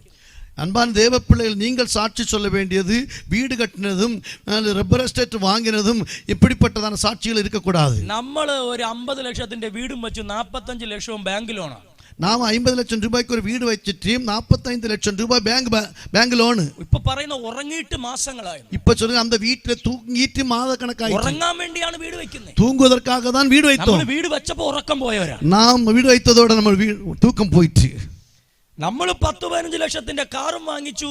സത്യത്തിൽ നമ്മൾ കൺവെൻഷൻ വന്ന് നിൽക്കുമ്പം ഗ്രൗണ്ടിൽ നിന്ന് കാർ എടുത്തോണ്ട് പോകുമോ ആര്? ബാങ്കുകാര് എന്ന പേടിയിലാണ് നിൽക്കുന്നത്. ஓ, நாங்க லோன் போட்டு கார் வாங்கி இருக்கிறோம், இங்க செய்தி கொடுத்துட்டு இருக்கும் பொழுது இந்த கிரவுண்ட்ல வந்து அந்த காரை எடுத்துட்டு போவார்களோ என்று சொல்லுகிற ஒரு பயம். ഇതൊക്കെയാണ് നമ്മുടെ സാക്ഷ്യം. ഇതെല്ലാം தான் நம்முடைய നീ சாட்சி. 50 ലക്ഷത്തിന്റെ സാക്ഷ്യം പറയുമ്പോൾ ഇവിടെ 50 കോടിയുടെ വീട് ഉയർത്തിയവനുണ്ട്. நீங்கள் இங்க 50 லட்சம் ரூபாயுடைய சாட்சி சொல்லும் பொழுது 50 கோடி ரூபாயுடைய சாட்சி சொல்வதற்கு அநேகர் இருக்கிறார்கள். ദൈവം തരുന്ന അനുഗ്രഹങ്ങളെല്ലാം നല്ലതാണ്. ஆண்டவர் தருகிற ஆசீர்வாதம் எல்லாம் நல்லது. എല്ലാ നല്ല ദാനങ്ങൾ ഉയരത്തിൽ നിന്ന് വരുന്നു. எல்லா நன்மைகளும் உன்னதத்திலிருந்து வருகிறது. നമ്മൾ കാര്യങ്ങൾ പറയുമ്പോൾ, நாம் காரியங்களை சொல்லும் பொழுது 50 കോടി വച്ചവൻ ഇല്ലാത്ത സ്വസ്ഥത നിന്റെ ഷെഡിൽ ഉണ്ടായിരിക്കണം. 50 கோடி ரூபாய்க்கு வீடு வைத்தவனுக்கு இருக்கிறது சமாதானம் இல்லை, ஆனா உங்களுக்கு தேவ சமாதானம் உங்கள் குடும்பங்களை ஆட்கொள்கிறது. കോടികൾ ബാങ്കിൽ ഇട്ടിട്ട് എന്ത് ചെയ്യണമെന്നറിയാതെ മരിക്കാനിരിക്കുന്നവന്റെ മുമ്പിൽ ഒരു നന്മയും ഇല്ലാത്ത നീ തല ഉയർത്തി വാഴുന്ന കൊടുക്കുന്നുണ്ടെങ്കിൽ അതാണ് നിന്റെ മേലുള്ള ദൈവിക ബന്ധത്തിന്റെ ശക്തി. കോടിക്കണക്കാன ரூபாய்கள் பேங்கில போட்டுட்டு சமாதானம் இல்லாதபடி மரிப்பதற்காய் ஆயத்தமாய் இருக்கும் பொழுது ஒன்றுமில்லாமல் இருக்கிற உனக்கு சமாதானத்தோடு படுத்துக்கொண்டு நித்திரை செய்யக்கூடிய சமாதானத்தை தந்ததார் இந்த உலகத்தில் மிகப்பெரிய பாக்கியம். 50 പ്രാവശ്യം ആത്മഹത്യ ചെയ്യേണ്ട കേസുമായി വന്നവർ ഇവിടെ ഇരിപ്പുണ്ട്. 50க்கு மேற்பட்ட தடவை தற்கொலை செய்வதற்காய் வந்ததான அநேகர் உண்டு. എന്നെ തൂങ്ങി മരിക്കേണ്ട വിഷയം എത്ര പ്രാവശ്യം നമ്മുടെ വീട്ടിൽ വന്നു. എന്തൊക്കെ തற்கொலை ചെയ്തു മരിക്ക വേണ്ടിയ സൂചന നമ്മുടെ കുടുംബത്തിൽ ഉണ്ടായത്. നമ്മളെക്കാൾ ഉന്നതൻ വിഷക്കുപ്പി എടുത്തു. നമ്മെ ഇവിടേക്ക് മേന്മയാനവർകൾ വിഷബാട്ടിൽ നമ്മളെക്കാൾ സമ്പന്നൻ തൂക്കുകയറെടുത്തു. നമ്മെ ഇവിടേക്ക് ഐശ്വര്യവാൻ തൂക്കുകയറെടുത്താர்கள். നീ എന്തുകൊണ്ട് എടുത്തില്ല? നീ ഏൻ എടുക്കവിல்லை? നിന്റെ അകത്ത് വ്യാപരിക്കുന്ന അഭിഷേകം, ഉനക്കുള്ള ക്രിയ ചെയ്യുന്ന അഭിഷേകത്തിൽ വല്ലവൈ, നിന്റെ വന്ന വിശ്വാസം, ഉനക്കുള്ള ഇരിക്കുന്ന വിശ്വാസം, നീയും ദൈവമായുള്ള ബന്ധം, നീയും ആണ്ടവരുமாக ഉള്ള അത് ഐക്യം സാഹചര്യങ്ങളെ ജയിക്കാൻ നിനക്ക് പ്രാപ്തി തരികയാണ്. அப்படிப்பட்ட சூழ்நிலையில் வெற்றி பெறக்கூடிய கிருபை ஆண்டவர் தருகிறார். കഷ്ടതകളെ ജയിക്കാൻ നിനക്ക് പ്രാപ്തി തരികയാണ്. அப்படிப்பட்ட சூழ்நிலையில் வெற்றி பெறுவதற்கு ஆண்டவர் கிருபை தருகிறார். അമിതമായ ബലം, അമിതമായ ബലം, ഒടുവിൽ ദൈവത്തിന്റെ ശക്തിയിലും അവന്റെ അമിത ബലത്തിലും വിശ്വസിക്കുക, ഉറച്ചു നിൽക്കുക. കർത്തരിലും അവരുടെ വല്ലമയിൽ സത്വത്തിലും ധരിച്ചു നില്ലുങ്ങൾ. നമ്മുടെ സാക്ഷ്യങ്ങൾ അത്ഭുതങ്ങളായിരിക്കണം. നമ്മുടെ സാക്ഷികൾ അത്ഭുതങ്ങളായിരിക്ക വേണ്ടും. ചുങ്കക്കാർക്ക് ഒരിക്കലും ദൈവവുമായൊരു ബന്ധമില്ല. ആയക്കാരനുക്കും ഒരുപോതും ആണ്ടവരുமாக ഐക്യമില്ല. ഇതിനകത്തൊരു ചുങ്കക്കാരൻ ഇരിക്കുന്നുണ്ടെങ്കിൽ, இதற்குள்ள ஒரு ஆயக்காரன் இருக்கிறான் என்றால் ഞാൻ പ്രസംഗിക്കുകയാണ്, நான் பிரசங்கம் பண்ணுகிறேன். ചുങ്കക്കാരൻ നരകത്തിലെ വിറക് കഷ്ണമാണ്. ஓ ஆயக்காரன் என்று சொல்லுகிறோம். நரகத்திலே விறகு துண்டுகள் നിന്നെ കത്തിക്കാൻ വച്ചേക്കുകയാണ്. உன்னை எரிவூட்டுவதற்கு வைத்திருக்கிறான். നിങ്ങൾക്കറിയാം ഇതിനകത്തൊരു ചുങ്കക്കാരൻ ഇരിപ്പുണ്ടെന്ന്. ஓ உங்களுக்கு தெரியும் இதற்குள்ள ஒரு ஆயக்காரன் இருக்கிறான். നിങ്ങളുടെ അവസ്ഥ എന്തായിരിക്കും? உங்கள் நிலைமை என்ன? നിങ്ങൾ ഇടയിൽ കൂടെ ഒരു നോട്ടം നോക്കും. நீங்கள் அப்படி ஒரு உற்று ஒன்று இடையிடையே பார்ப்பீர்கள். നിനക്കിട്ട உனக்குதான். അതുകൊണ്ട് അവരാരും ஆகவே ഇങ്ങനെയുള്ള സ്ഥലത്ത് വരാറില്ല. அவர்கள் எல்லாரும் இப்படிப்பட்ட இடத்திலே வரமாட்டார்கள். പക്ഷേ അവിടെയാണ് ஆனால் அங்கேதான் യേശു ചരിത്രം ഇളക്കിയത്. இயேசு வரலாறை படைத்தார். യേശുവിന്റെ ശുശ്രൂഷയിൽ இயேசு கிறிஸ்துவின் ஊழியத்திலே ആദ്യത്തെ 2 റോ ചെയറുകൾ முதலாவது இருக்கிற 2 ரோ ചെയറുകൾ ഫില്ലായി, നിരമ്പി വളിന്തത്. ചുങ്കക്കാരും പാപികളും അവന്റെ വചനം കേൾപ്പാൻ അവന്റെ അടുത്ത് വന്നു. ആയക്കാരും പാപികളും അവരുടെ വചനത്തെ കേൾക്കുമ്പടി അവരുടെ അരികാമയിൽ വന്നാர்கள். ഞാൻ ഇവിടെ നിന്നൊരു പ്രസംഗകന്റെ ഭാഷയിൽ സംസാരിക്കാം. ഞാൻ ഇങ്ങ ഇരുന്ന് ഒരു ചെയ്തിയാളുടെ വാർത്തയിൽ சொல்லுகிறேன். മതം നിന്നെ മാറ്റി നിർത്തും. മതം ഉന്നെ മാറ്റി നിർത്തലാം. പാരമ്പര്യം നിന്നെ മാറ്റി നിർത്തും. പാരമ്പര്യം ഉന്നെ തള്ളി നിർത്തലാം. വചനം നിന്നെ ചേർത്ത് നിർത്തും. വചനം ഉന്നെ അണൈത്ത് പിടിക്കുന്നത്. കരമടിച്ച് കർത്താവിന് സ്തോത്രം ചെയ്തു. തട്ടി ഉന്നെ ആണ്ടവർ ഈ തുതിക്കലാം. പട്ടണത്തിൽ ഞാൻ ഒരു പാപിയാണെന്ന് ചിന്തിച്ച് ശബ്ദം കേൾക്കുന്ന ആരെങ്കിലും ഉണ്ടോ? இந்த പട്ടണത്തിലെ ആണ്ടവരേ ഞാൻ പാപി എன்கிற സത്യം കേൾക്കുമ്പടി ആരാതുണ്ടോ? എന്നെ കൊണ്ട് ഒന്നിനും കൊള്ളത്തില്ലെന്ന് ചിന്തിക്കുന്ന ആരെങ്കിലും ഈ ശബ്ദം കേൾക്കുന്നോ? എന്നെ കൊണ്ട് ഒന്നിനും ഉതവാது എന്ന് சொல்லுகிற யாராவது സത്യം ഞാൻ ഈ ദേശത്തിലെ ഒരു ദുഷ്ടനാണെന്ന് ചിന്തിക്കുന്നവർ എന്നെ കേൾക്കുന്നോ? ഞാൻ இந்த പ്രാന്തത്തിലെ ഒരു തുന്മാർക്കൻ എന്ന് சொல்லுகிற யாராவது இருப்பீர்களா? എന്റെ കുടുംബത്തിൽ ഞാൻ കൊള്ളരുതാത്തവനെന്ന് ചിന്തിക്കുന്നവർ എന്നെ കേൾക്കുന്നോ? എന്റെ വീട്ടിലെ ഞാൻ ഒന്നിനും മോശമാനവൻ എന്ന് சொல்லுகிற யாராவது இருப்பீர்களா? നിന്റെ ഭവനം നിന്നെ മാറ്റി നിർത്തും. உன்னுடைய வீடு உன்னை மாற்றி வைக்கலாம். നിന്റെ ഭാര്യ നിന്നെ മാറ്റി നിർത്തും. உன்னுடைய மனைவி உன்னை மாற்றி നിന്റെ നിർത്തலாம். മാതാപിതാക്കൾ നിന്നെ മാറ്റി നിർത്തും. உன்னுடைய பெற்றோர் உன்னை மாற்றி നിന്റെ നിർത്തலாம். ദേശം നിന്നെ മാറ്റി നിർത്തും. உன்னுடைய தேசம் உன்னை மாற்றி പക്ഷേ നിർത്തலாம். യേശു നിന്നെ ചേർത്ത് നിർത്തും. ஆறு இயேசுവിനെ കാരം തട്ടി കർത്താവിനെ ഈ രാത്രി മഹത്വപ്പെടുത്തുക. കരങ്ങളെ തട്ടി കർത്തൃ നാമത്തെ മഹിമപ്പെടുത്തலாம். ഈ ദേശത്ത് ഈ രാത്രി ഒരു ബന്ധം തുറക്കുകയാണ്. இந்த தேசத்துல இந்த இரவு ஒரு ஐக்கியம் வெளிப்படுகிறது. തള്ളിക്കളയാത്ത ദൈവം, உன்னை வெறுக்காத தேவன், തള്ളിക്കളയാത്ത ദൈവം, உன்னை வெறுக்காத தேவன், ഏത് വലിയ പാപിയെയും ചേർത്ത് നിർത്തുന്ന எந்த ദൈവം, பெரிய பாவியை அணைக்கிற தேவன். ചേർന്ന് കർത്താവിനെ സ്തുതിക്കുക. சேர்ந்து கர்த்தரை துதிக்கலாம். ഇത് കണ്ടപ്പോൾ இதை பார்த்த உடனே ശാസ്ത്രിമാർക്ക് മനസ്സിലായില്ല. சாஸ்திரிகளுக்கு புரியவில்லை. അവർ ചോദിച്ചു, அவர்கள் கேட்டார்கள், എങ്ങനെ ഈ മീറ്റിംഗിൽ ചുങ്കക്കാരും പാപികളും എങ്ങനെ ഇരിക്കുന്നു? எப்படி இந்த கூடுகையிலே ஆயக்காரர்களும் பாவிகளும் இருக்கிறார்கள்? ഇതിന് യേശു പറഞ്ഞ വാക്കുകളാണ് നിങ്ങൾ വായിച്ചത്. இதுக்கு இயேசு சொன்ன வார்த்தை தான் வாசித்து ഈ கேட்டோம். 3 ഉപമയിൽ இந்த 3 உவமைகளில் യേശു നിയമമല്ല പറഞ്ഞത്. இயேசு நியமத்தை சொல்லவில்லை. യേശു പാരമ്പര്യമല്ല പറഞ്ഞു. இயேசு பாரம்பரியத்தை சொல்லவில்லை. യേശു പിതാവിന്റെ ഹൃദയം പറഞ്ഞു. இயேசு பிதாவின் இருதயத்தை சொன்னார். യേശു പിതാവിന്റെ ഹൃദയം പറഞ്ഞു. இயேசு பிதாவின் இருதயத்தை சொன்னார். എന്തായിരുന്നു അത്? என்னது அது? നഷ്ടപ്പെട്ടതെല്ലാം എനിക്ക് വിലപ്പെട്ടതാണ്. നഷ്ടപ്പെട്ടു പോനവകളെല്ലാം എനിക്ക് വിലയേറപ്പെട്ടവകളായിരുന്നത്. നിങ്ങൾ ഈ മാർത്താണ്ഡത്തിൽ നിന്ന് തിരുവനന്തപുരത്തേക്ക് യാത്ര ചെയ്താൽ, നിങ്ങൾ இந்த மார்த்தாண்டத்தில் இருந்து திருவனந்தபுரத்தை நோக்கி பிரயாணம் செய்தால், ബാലരാമപുരം എന്ന സ്ഥലം അറിയാമോ? பாலராமபுரம் என்று சொல்லுகிற இடம் தெரியுமா? ഞങ്ങൾ തമിഴ്നാടാണ് പാസ്റ്റർ. நாங்கள் தமிழ்நாட்டை சேர்ந்தவர்கள். കേരള അറിയമാട്ടെ. கேரளா எங்களுக்கு தெரியாது.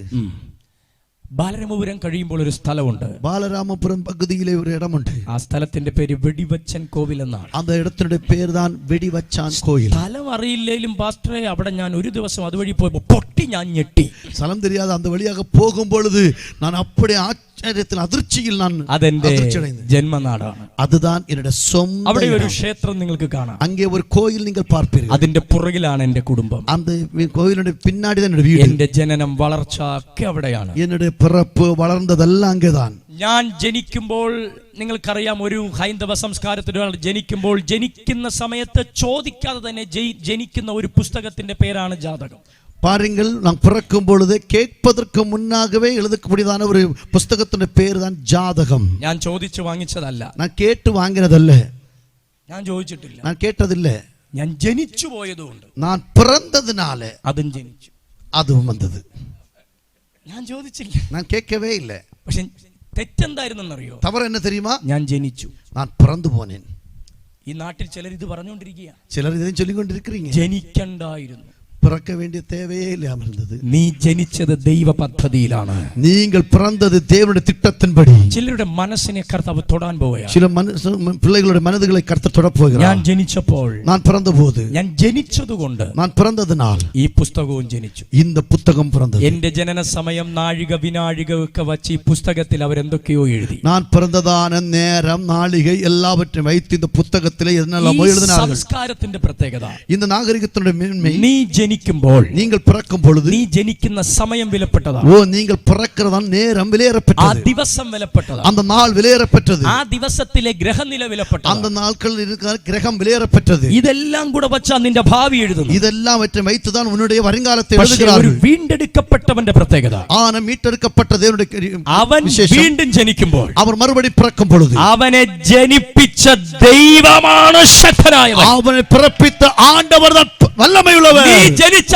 സമയമല്ല നീ ആരാകുമെന്ന് തീരുമാനിക്കുന്നത്. നീ பிறந்ததான் நேரமல்ல நீ யாராக மாறுவாய் என்று தீர்மானிப்பது. നിന്നെ ജനിപ്പിച്ചവൻ തീരുമാനിക്കും. உன்னை பிறக்க வைத்தவர் தீர்மானிப்பார். എത്ര പേർ അത് വിശ്വസിക്കുന്നു? எத்தனை நபர்கள் நம்புகிறீர்கள்? എല്ലാ ആൺകുട്ടികളെയും, ജനിക്കുന്ന ആൺകുട്ടികളെയും കൊന്നുകളയണമെന്ന് ഫറവോ നിയമം പുറപ്പെടുവിച്ചപ്പോൾ, அந்நாட்கள் பார்வோன் ராஜா தேசத்தில் பிறக்கிற எல்லா ஆண் பிள்ளைகளையும் கொலை செய்ய வேண்டும் என்று சொல்லி சட்டம் கொண்டு வந்த போது, എന്റെ പ്രസംഗ ഭാഷയെ പറഞ്ഞാൽ, നമുക്ക് കുഞ്ഞ് ജനിക്കുമ്പോൾ ജനിക്കുന്ന കുഞ്ഞിന് ബർത്ത് സർട്ടിഫിക്കറ്റ് ആണ് വരുന്നത്. പക്ഷേ ആ കാലഘട്ടത്തിൽ ജനിക്കുന്ന ആൺകുട്ടികൾക്ക് ബർത്ത് സർട്ടിഫിക്കറ്റ് ഇല്ല, ഡെത്ത് സർട്ടിഫിക്കറ്റ് ഉണ്ട്. നമ്മുടെ കാലഘട്ടത്തിൽ ഒരു പിള്ളை பிறக்கும்போது அந்த பிள்ளைக்கு ஒரு பர்த் சர்டிபிகேட் கொண்டு வருவார்கள்.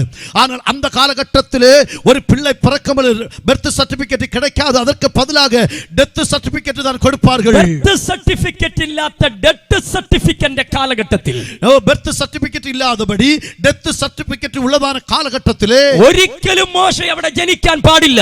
ஒருபோதும் மோசே அந்த தேசத்தில் பிறக்க முடியாது. ബൈബിൾ എന്നോട് പറഞ്ഞു. ஆனா பைபிள் என்னை பார்த்து ആ சொல்லுது, കാലത്ത് തന്നെ ദൈവം മോശയെ ജനിപ്പിച്ചു. அந்த காலகட்டத்தில் ஆண்டவர் மோசேயை பிறப்பித்தார். വിശ്വസിക്കാൻ കഴിയുമെങ്കിൽ വിശ്വസിക്കുക. விசுவாசிக்க முடிந்தால் விசுவாசிங்க. എല്ലാം നിനക്ക് പ്രതികൂലമായി எல்லாம் നിൽക്കുമ്പോൾ, உனக்கு പ്രതികൂലമായി ഒരു மாறும். സാധ്യതയും ഇല്ലാതിരിക്കുമ്പോൾ, ஒரு சூழ்நிலை இல்லாமல் இருக்கும்போது, ദൈവത്തിന്റെ മോശ ജനിക്കും. ஓ தேவனுடைய பிள்ளையாகிய மோசே பிறப்பான். ജനിക്കുന്ന സമയമല്ല അവൻ ആരാകുമെന്ന് തീരുമാനിക്കുന്നത്. பிறக்கிற நேரத்தில் அவன் யாராக மாறுவான் என்று தீர்மானிப்பதில்லை. അവൻ ജനിച്ചപ്പോഴുള്ള നിയമമല്ല അവന്റെ ഭാവി തീരുമാനിക്കുന്നത്. அவன் பிறக்கும் பொழுதுள்ள நேரமல்ல அவனுடைய வருங்காலத்தை അവൻ தீர்மானிப்பது. ജനിച്ചപ്പോഴുള്ള ശാപമല്ല അവന്റെ ഭാവി തീരുമാനിക്കുന്നത്. அவன் பிறந்த போதுள்ள சாபமல்ல அவனுடைய வருங்காலத்தை தீர்மானித்தது. അവനെ ജനിപ്പിക്കുന്നതിന് മുമ്പേ അവന്റെ മേൽ ദൈവമിട്ട പദ്ധതി തീരുമാനിക്കും അവൻ ആരായി മാറണമെന്ന്. அவன் பிறப்பதற்கு முன்னே தேவனுடைய திட்டம் அவனுக்குள்ள வெளிப்படுகிறது. அவன் யாராக மாற வேண்டும் என்று. ശാപങ്ങൾ അഴിഞ്ഞു പോകട്ടെ, சாபங்கள் அழியட்டும், തിന്മകൾ അഴിഞ്ഞു പോകട്ടെ. தீமைகள் அழியட்டும். നീ ജനിച്ചിട്ടുണ്ടെങ്കിൽ നിന്റെ മേലൊരു പദ്ധതി ജനിച്ചിട്ടുണ്ട്. நீங்கள் பிறந்தீர்கள் என்று சொன்னால் உங்களுக்குள்ளே ஒரு திட்டங்கள் இருக்கிறது. എത്ര പേർ ഇന്ന് രാത്രി എന്റെ കൂടെ വിശ്വസിക്കും ഞാൻ ജനിക്കുന്നതിന് മുമ്പേ എന്റെ മേലൊരു ദൈവിക പദ്ധതി ജനിച്ചിട്ടുണ്ട്? எத்தனை பேர் சொல்லுவேன் நான் பிறப்பதற்கு முன்னே என்னை பற்றி ஆண்டவர் எனக்கு ஒரு திட்டத்தை வைத்திருக்கிறார்? വിശ്വസിച്ച് വീട്ടിൽ പോയിക്കോ. വിശ്വാസത്തോടെ വീട്ടിൽ പോங்க. ഈ ജാതകം എന്റെ വീട്ടിൽ വന്നു. இந்த ஜாதகம் வீட்டிலே வந்தது. എന്റെ അച്ഛൻ സമ്പന്നനായിരുന്നു. என்னுடைய தகப்பனார் ஐஸ்வர்யவானாயிருந்தார். എന്നെ അമ്മ പ്രസവിക്കുന്നതിന് മുമ്പ് എനിക്ക് വേണ്ടി പുതിയൊരു വീട് വെച്ച് തന്ന അപ്പനാണ് എന്റെ അപ്പൻ. என்னுடைய தகப்பன் என்னுடைய தாய் எனக்கு பிறப்பது என்னை பெற்றெடுப்பதற்கு முன்னே என்னுடைய தகப்பன் எனக்காக ஒரு வீடு கட்டினார். നിങ്ങൾക്കൊരു സന്തോഷമില്ലല്ലേ? വീട് വയ്ക്കുന്നവനോട് ചോദിക്കണം അതിന്റെ ഭാരം എന്താ. வீடு வைக்கிறவர்களுக்கு கேட்டு பாருங்க அதனுடைய வேதனை என்னன்னு. എന്റെ അമ്മ എന്നെ കൊണ്ടുവരുന്നത് പുതിയ വീട്ടിലോട്ട്. என்னுடைய தாய் என்னை ஒரு புதிய வீட்டுக்கு நேராக கொண்டு வருகிறாள். അന്ന് നാട്ടുകാർ പറഞ്ഞു ജനിക്കുന്നെങ്കിൽ ഇങ്ങനെ ജനിക്കണം. அன்றைக்கு தேசத்தார் சொன்னார்கள் பிறந்தால் இப்படி പക്ഷെ பிறக்கணும். ഒരു 4-5 വർഷം കഴിഞ്ഞപ്പോൾ നാട്ടുകാർ പറഞ്ഞു ഇവൻ ജനിക്കണ്ടായിരുന്നു.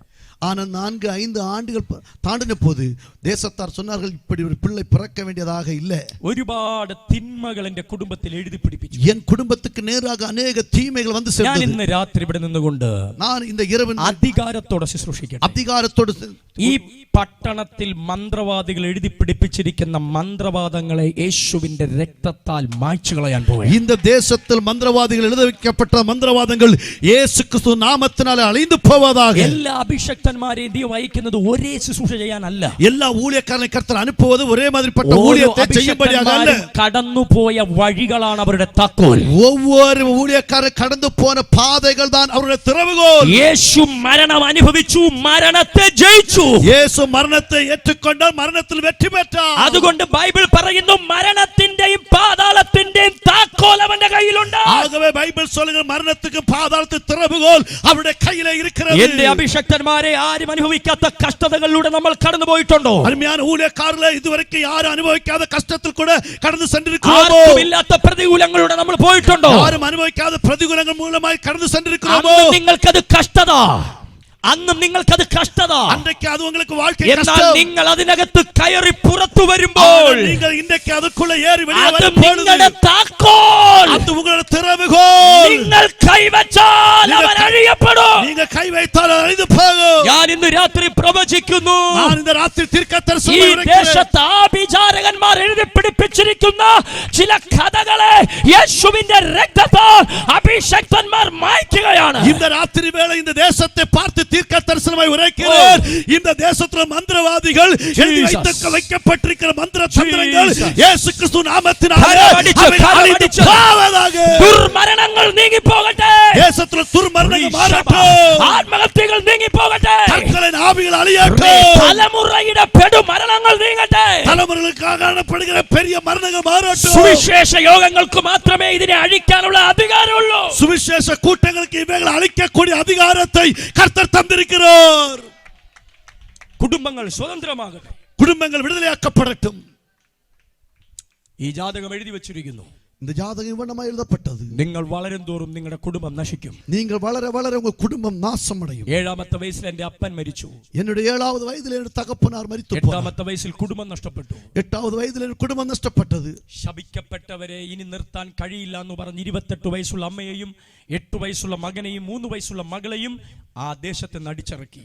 ஓ சபிக்கப்பட்ட குடும்பம் என்று சொல்லி 28 வயதுள்ள என்னுடைய தாயையும் 8 வயதுள்ளதான என்னையும் 3 வயதுள்ள என் தங்கையும் தேசத்தை விட்டு துரத்தினார்கள். കുടുംബക്കാർ ഞങ്ങളെ ഒഴിവാക്കി. என்னுடைய உற்றார் உறவினர்கள் எங்களை வெளியாக்கினார்கள். അവർ എന്റെ ശത്രുക്കളല്ല. அவர்கள் என்னுடைய சத்துருக்கள் அல்ல. എന്തുകൊണ്ട്? ஏன்? അതിൽ ഒരു 40% ആൾക്കാരും ഇന്ന് ട്രിവാൻഡ്രത്തിന്റെ ചർച്ചിൽ ആരാധിക്കുന്നു. അതിൽ 40க்கும் മേற்பട്ടതാണ് സദവിധ മക്കൾ തിരുവനന്തപുരത്തിലെ സഭയിലെ അംഗത്തിനர்களாய் இருக்கிறார்கள். അന്ന് ഞാൻ ചിന്തിച്ചു ഇവരെന്റെ ശത്രുക്കളാണ്. அன்று நான் நினைத்தேன் இவர்கள் என்னுடைய சத்துருக்கள். കർത്താവ് പറഞ്ഞു മോനെ ഇതല്ല കഥ. ஓ ஆண்டவர் சொன்ன மகனே இதல்ல கதை. ഇതല്ല കഥ. இதல்ல கதை. കഥ മാറും. கதை மாறும். രാത്രി നിങ്ങൾ എന്റെ കൂടെ ഇല്ല. இந்த இரவு നിങ്ങൾ ഇപ്പോൾ കടന്നു പോകുന്ന സാഹചര്യമല്ല നിങ്ങളുടെ കഥ. ஓ நீங்கள் இப்பொழுது கடந்து செல்கிறதான சூழ்நிலை அல்ல உங்களுடைய கதை. ആ അധ്യായം മാറും. அந்த அதிகாரம் மாறும். അന്ന് ഇവര് പറഞ്ഞു ഇവർ ശപിക്കപ്പെട്ടവരാ. அன்றைக்கு இவர் சொன்ன இவர்கள் சபிக்கப்பட்ட கூட்டம். ഇന്ന് എന്റെ കുടുംബത്തിന്റെ 99 99% ആൾക്കാരും പറയുന്നു അരവിന്ദ് മോഹൻ ഞങ്ങളുടെ അനുഗ്രഹമാണ്. இன்றைக்கு குடும்பத்தார் 99% மக்கள் சொல்வார்கள் அரவிந்த் மோகன் குடும்பத்தின் ஆசீர்வாதம். ഞാൻ കഥ പറയാൻ വന്നവനല്ല, கதை சொல்லும்படி வந்தவன். ഞാൻ യേശുവിനെ കുറിച്ച് പറയാൻ വന്നവനാണ്. യേശുവെ പറ്റി சொல்ல வந்தவன். ആമേൻ. ആമേൻ. ട്രിവാൻഡ്രം പട്ടണത്തിൽ തിരുവനന്തപുരം പട്ടണത്തിലെ യാചകരെ പോലെ അലഞ്ഞു നടന്നു. ഒരു പിച്ചക്കാരനെ പോലെ അലഞ്ഞു തിരിഞ്ഞേൻ. എന്റെ അമ്മ ഒരു ദിവസം ഏറ്റവും കൂടുതൽ പറയുന്നത് ജീവിക്കണമെന്നല്ല, മരിക്കണമെന്നാണ്. ஒவ்வொரு நாளும் என்னோட அம்மா அதிகமாய் சொல்லுகிற வார்த்தை வாழ வேண்டும் என்று சொல்லல, மரிக்க வேண்டும் என்று. വിശദീകരിക്കാൻ പ്രയാസങ്ങളുണ്ട്. எனக்கு அது வியாக்கியானம் சொல்வதற்கு கஷ்டமாய் இருக்கிறது. ഒരു യൗവനം മുഴുവൻ നശിച്ചു പോയ ഒരു ചെറുപ്പക്കാരനാണ് ഞാൻ. ഒരു വാലിബം മുഴുവതും வாழ்க்கை മുഴുവതും അழிந்து പോന ഒരു വാലിബക്കാരനാണ് ഞാൻ. ഒരു സ്ഥലത്ത് പോലും എനിക്ക് അനുയോജ്യമായ ഒരു വാക്ക് പറഞ്ഞില്ല. ഒരു ഇടത്തിൽ கூட எனக்கு അനുകൂലമായി ഒരു വാർത്ത கூட சொல்லவில்லை. ഈ ശരീരം കുത്തി തുളച്ച് ഞാൻ ആരാധിച്ചു. இந்த சரீரத்தை நான் காயப்படுத்தி நான் ஆராதித்தேன். രക്തം കൊടുത്ത് ഞാൻ ആരാധിച്ചു. രക്തത്തെ കൊടുത്ത് ആരാധിத்தேன். അവളിൽ കൂടെ ശൂലം കുത്തി ഇറക്കി ഞാൻ ആരാധിച്ചു. என்னோட அளவில் கூட அலகு குத்தி தேவனை ஆராதித்தேன். എനിക്കൊരു മോചനം ഉണ്ടാകുമോ? எனக்கு ஒரு மீட்பு உண்டாகுமா? എനിക്കൊരു ഉയർച്ച ഉണ്ടാകുമോ? எனக்கு ஒரு மேன்மை உண்டாகுமா? പക്ഷേ ഒരാളും എന്നോട് അങ്ങനെ ഒരു വാക്ക് പറഞ്ഞില്ല. ஆனா ஒருவர் கூட அப்படி ஒரு வார்த்தை சொல்லவில்லை.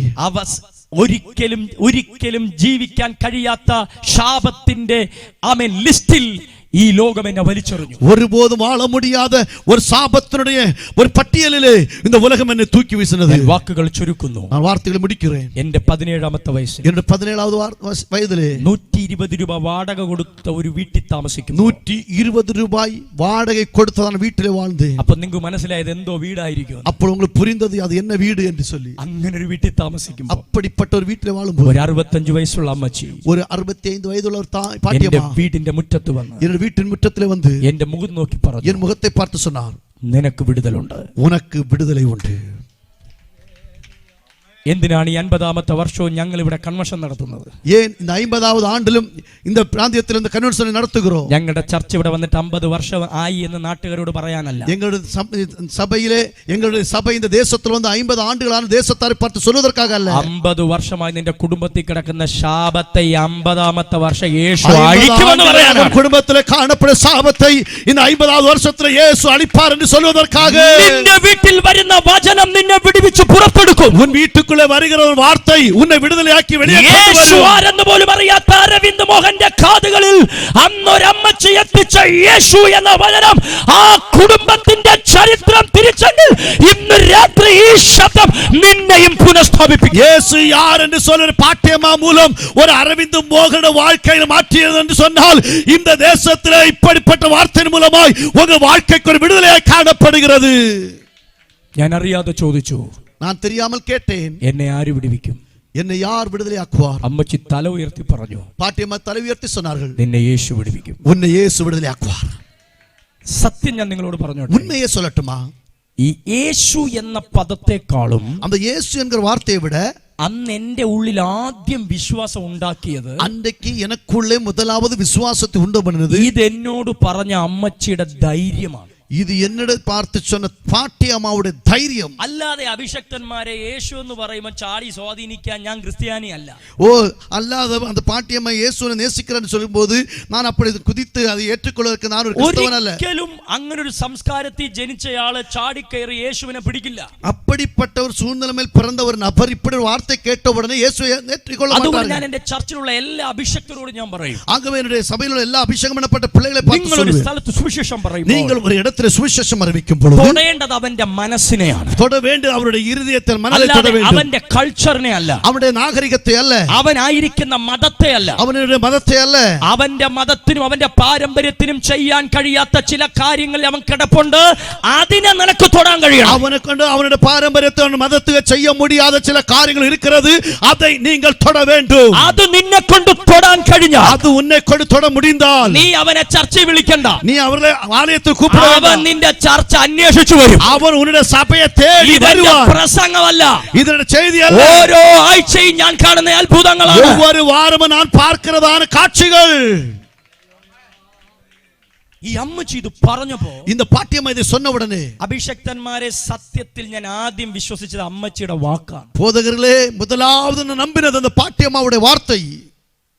എന്നിട്ട് അമ്മച്ചനോട് പറഞ്ഞു, அப்புறமாய் பாட்டியம்மா சொன்னார்கள், അടുത്ത ഞായറാഴ്ച அடுத்த ஞாயிற்றுக்கிழமை എന്റെ ചർച്ചിൽ വരണം, என்னுடைய சபையிலே வர வேண்டும், നിങ്ങൾ വിടുവിക്കപ്പെടും. நீங்கள் விடுதலையாக்கப்படுவீர்கள். എന്തോ വാക്കാ, என்ன ஒரு வல்லமையான வார்த்தை. നിങ്ങളോട് ചോദിക്കട്ടെ, உங்களை பார்த்து கேட்கிறேன், ഇങ്ങനെ ഒരു ശ്രീദേവിയും അരവിന്ദിനെയും അഞ്ജലിയും ഒക്കെ നിങ്ങൾ ഈ ആഴ്ച പരിചയപ്പെട്ടാൽ, இப்படிப்பட்டதான ஒரு ஸ்ரீதேவியையும் அரவிந்தனையும் அஞ்சலியையும் நீங்கள் பழக்கப்பட்டால், അവരോട് ഒരു വാക്കും സംസാരിക്കാതെ, அவர்களிடத்தில் ஒரு வார்த்தை சொல்லாமல், അവരുടെ ജീവിത ചരിത്രം എന്തെന്ന് മനസ്സിലാക്കാനുള്ള കൃപാവരമുണ്ടോ? அவருடைய வாழ்க்கையின் நிலைமை என்ன என்று சொல்லி புரிந்து கொள்ளக்கூடியதான கிருபை உண்டா? അങ്ങനെയുള്ള വെളിപ്പാടുകളുണ്ടോ? அப்படிப்பட்ட வெளிப்படுத்தல்கள் உண்டா? വെളിപ്പാടില്ല പാസ്റ്റർ, വെളിവുകേട് കുറേയുണ്ട്. வெளிப்பாடுகள் இல்லை, வெளிவுகேடுகள் தான் உண்டு. ഈ അമ്മച്ചിക്ക് വെളിപ്പാടുണ്ടായിരുന്നു. இந்த பாட்டியம்மாக்கு தாய்க்கு வெளிப்பாடு இருந்தது. നിങ്ങൾക്ക് ധൈര്യമുണ്ടോ? உங்களுக்கு தைரியம் இருந்ததா? നമ്മൾ കൂടിയിരിക്കുന്ന ചർച്ചിൽ ഇവരെ അടുത്ത ഞായറാഴ്ച വിളിച്ചുകൊണ്ട് വരാൻ? நாம் കൂടിയിരിക്കുന്ന സഭയിലെ இந்த மக்களை அடுத்த ஞாயிற்றுக்கிழமை கூட்டிக் கொண்டு வருவதற்கு? ഇത് ഞാൻ ഒരിക്കൽ പറഞ്ഞു, ഒരിടത്ത് പറഞ്ഞു, ഒരാൾ എന്നോട് പറഞ്ഞു, இது வருடத்தில் சொல்லும்போது ஒரு நபர் இப்படி சொன்னார், എന്റെ അരവിന്ദ് പാസ്റ്റർ ഞാൻ വിളിക്കത്തില്ല, போதகரை நான் கூப்பிடவே மாட்டேன், കാരണം അടുത്ത ഞായറാഴ്ച ചർച്ച അടിയാണോ ബഹളമാണോ എന്താണെന്ന് എനിക്ക് പോലും അറിയില്ല.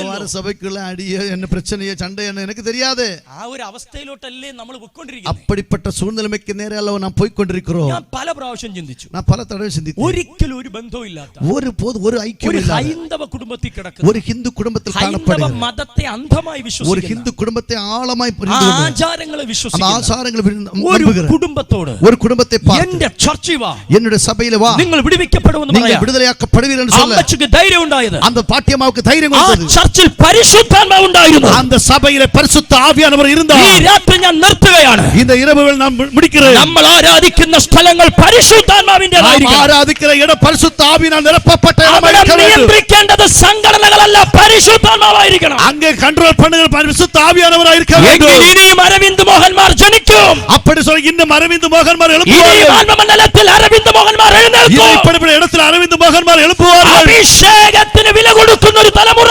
அபிஷேகத்திற்கு விலை கொடுக்கிற தலைமுறை.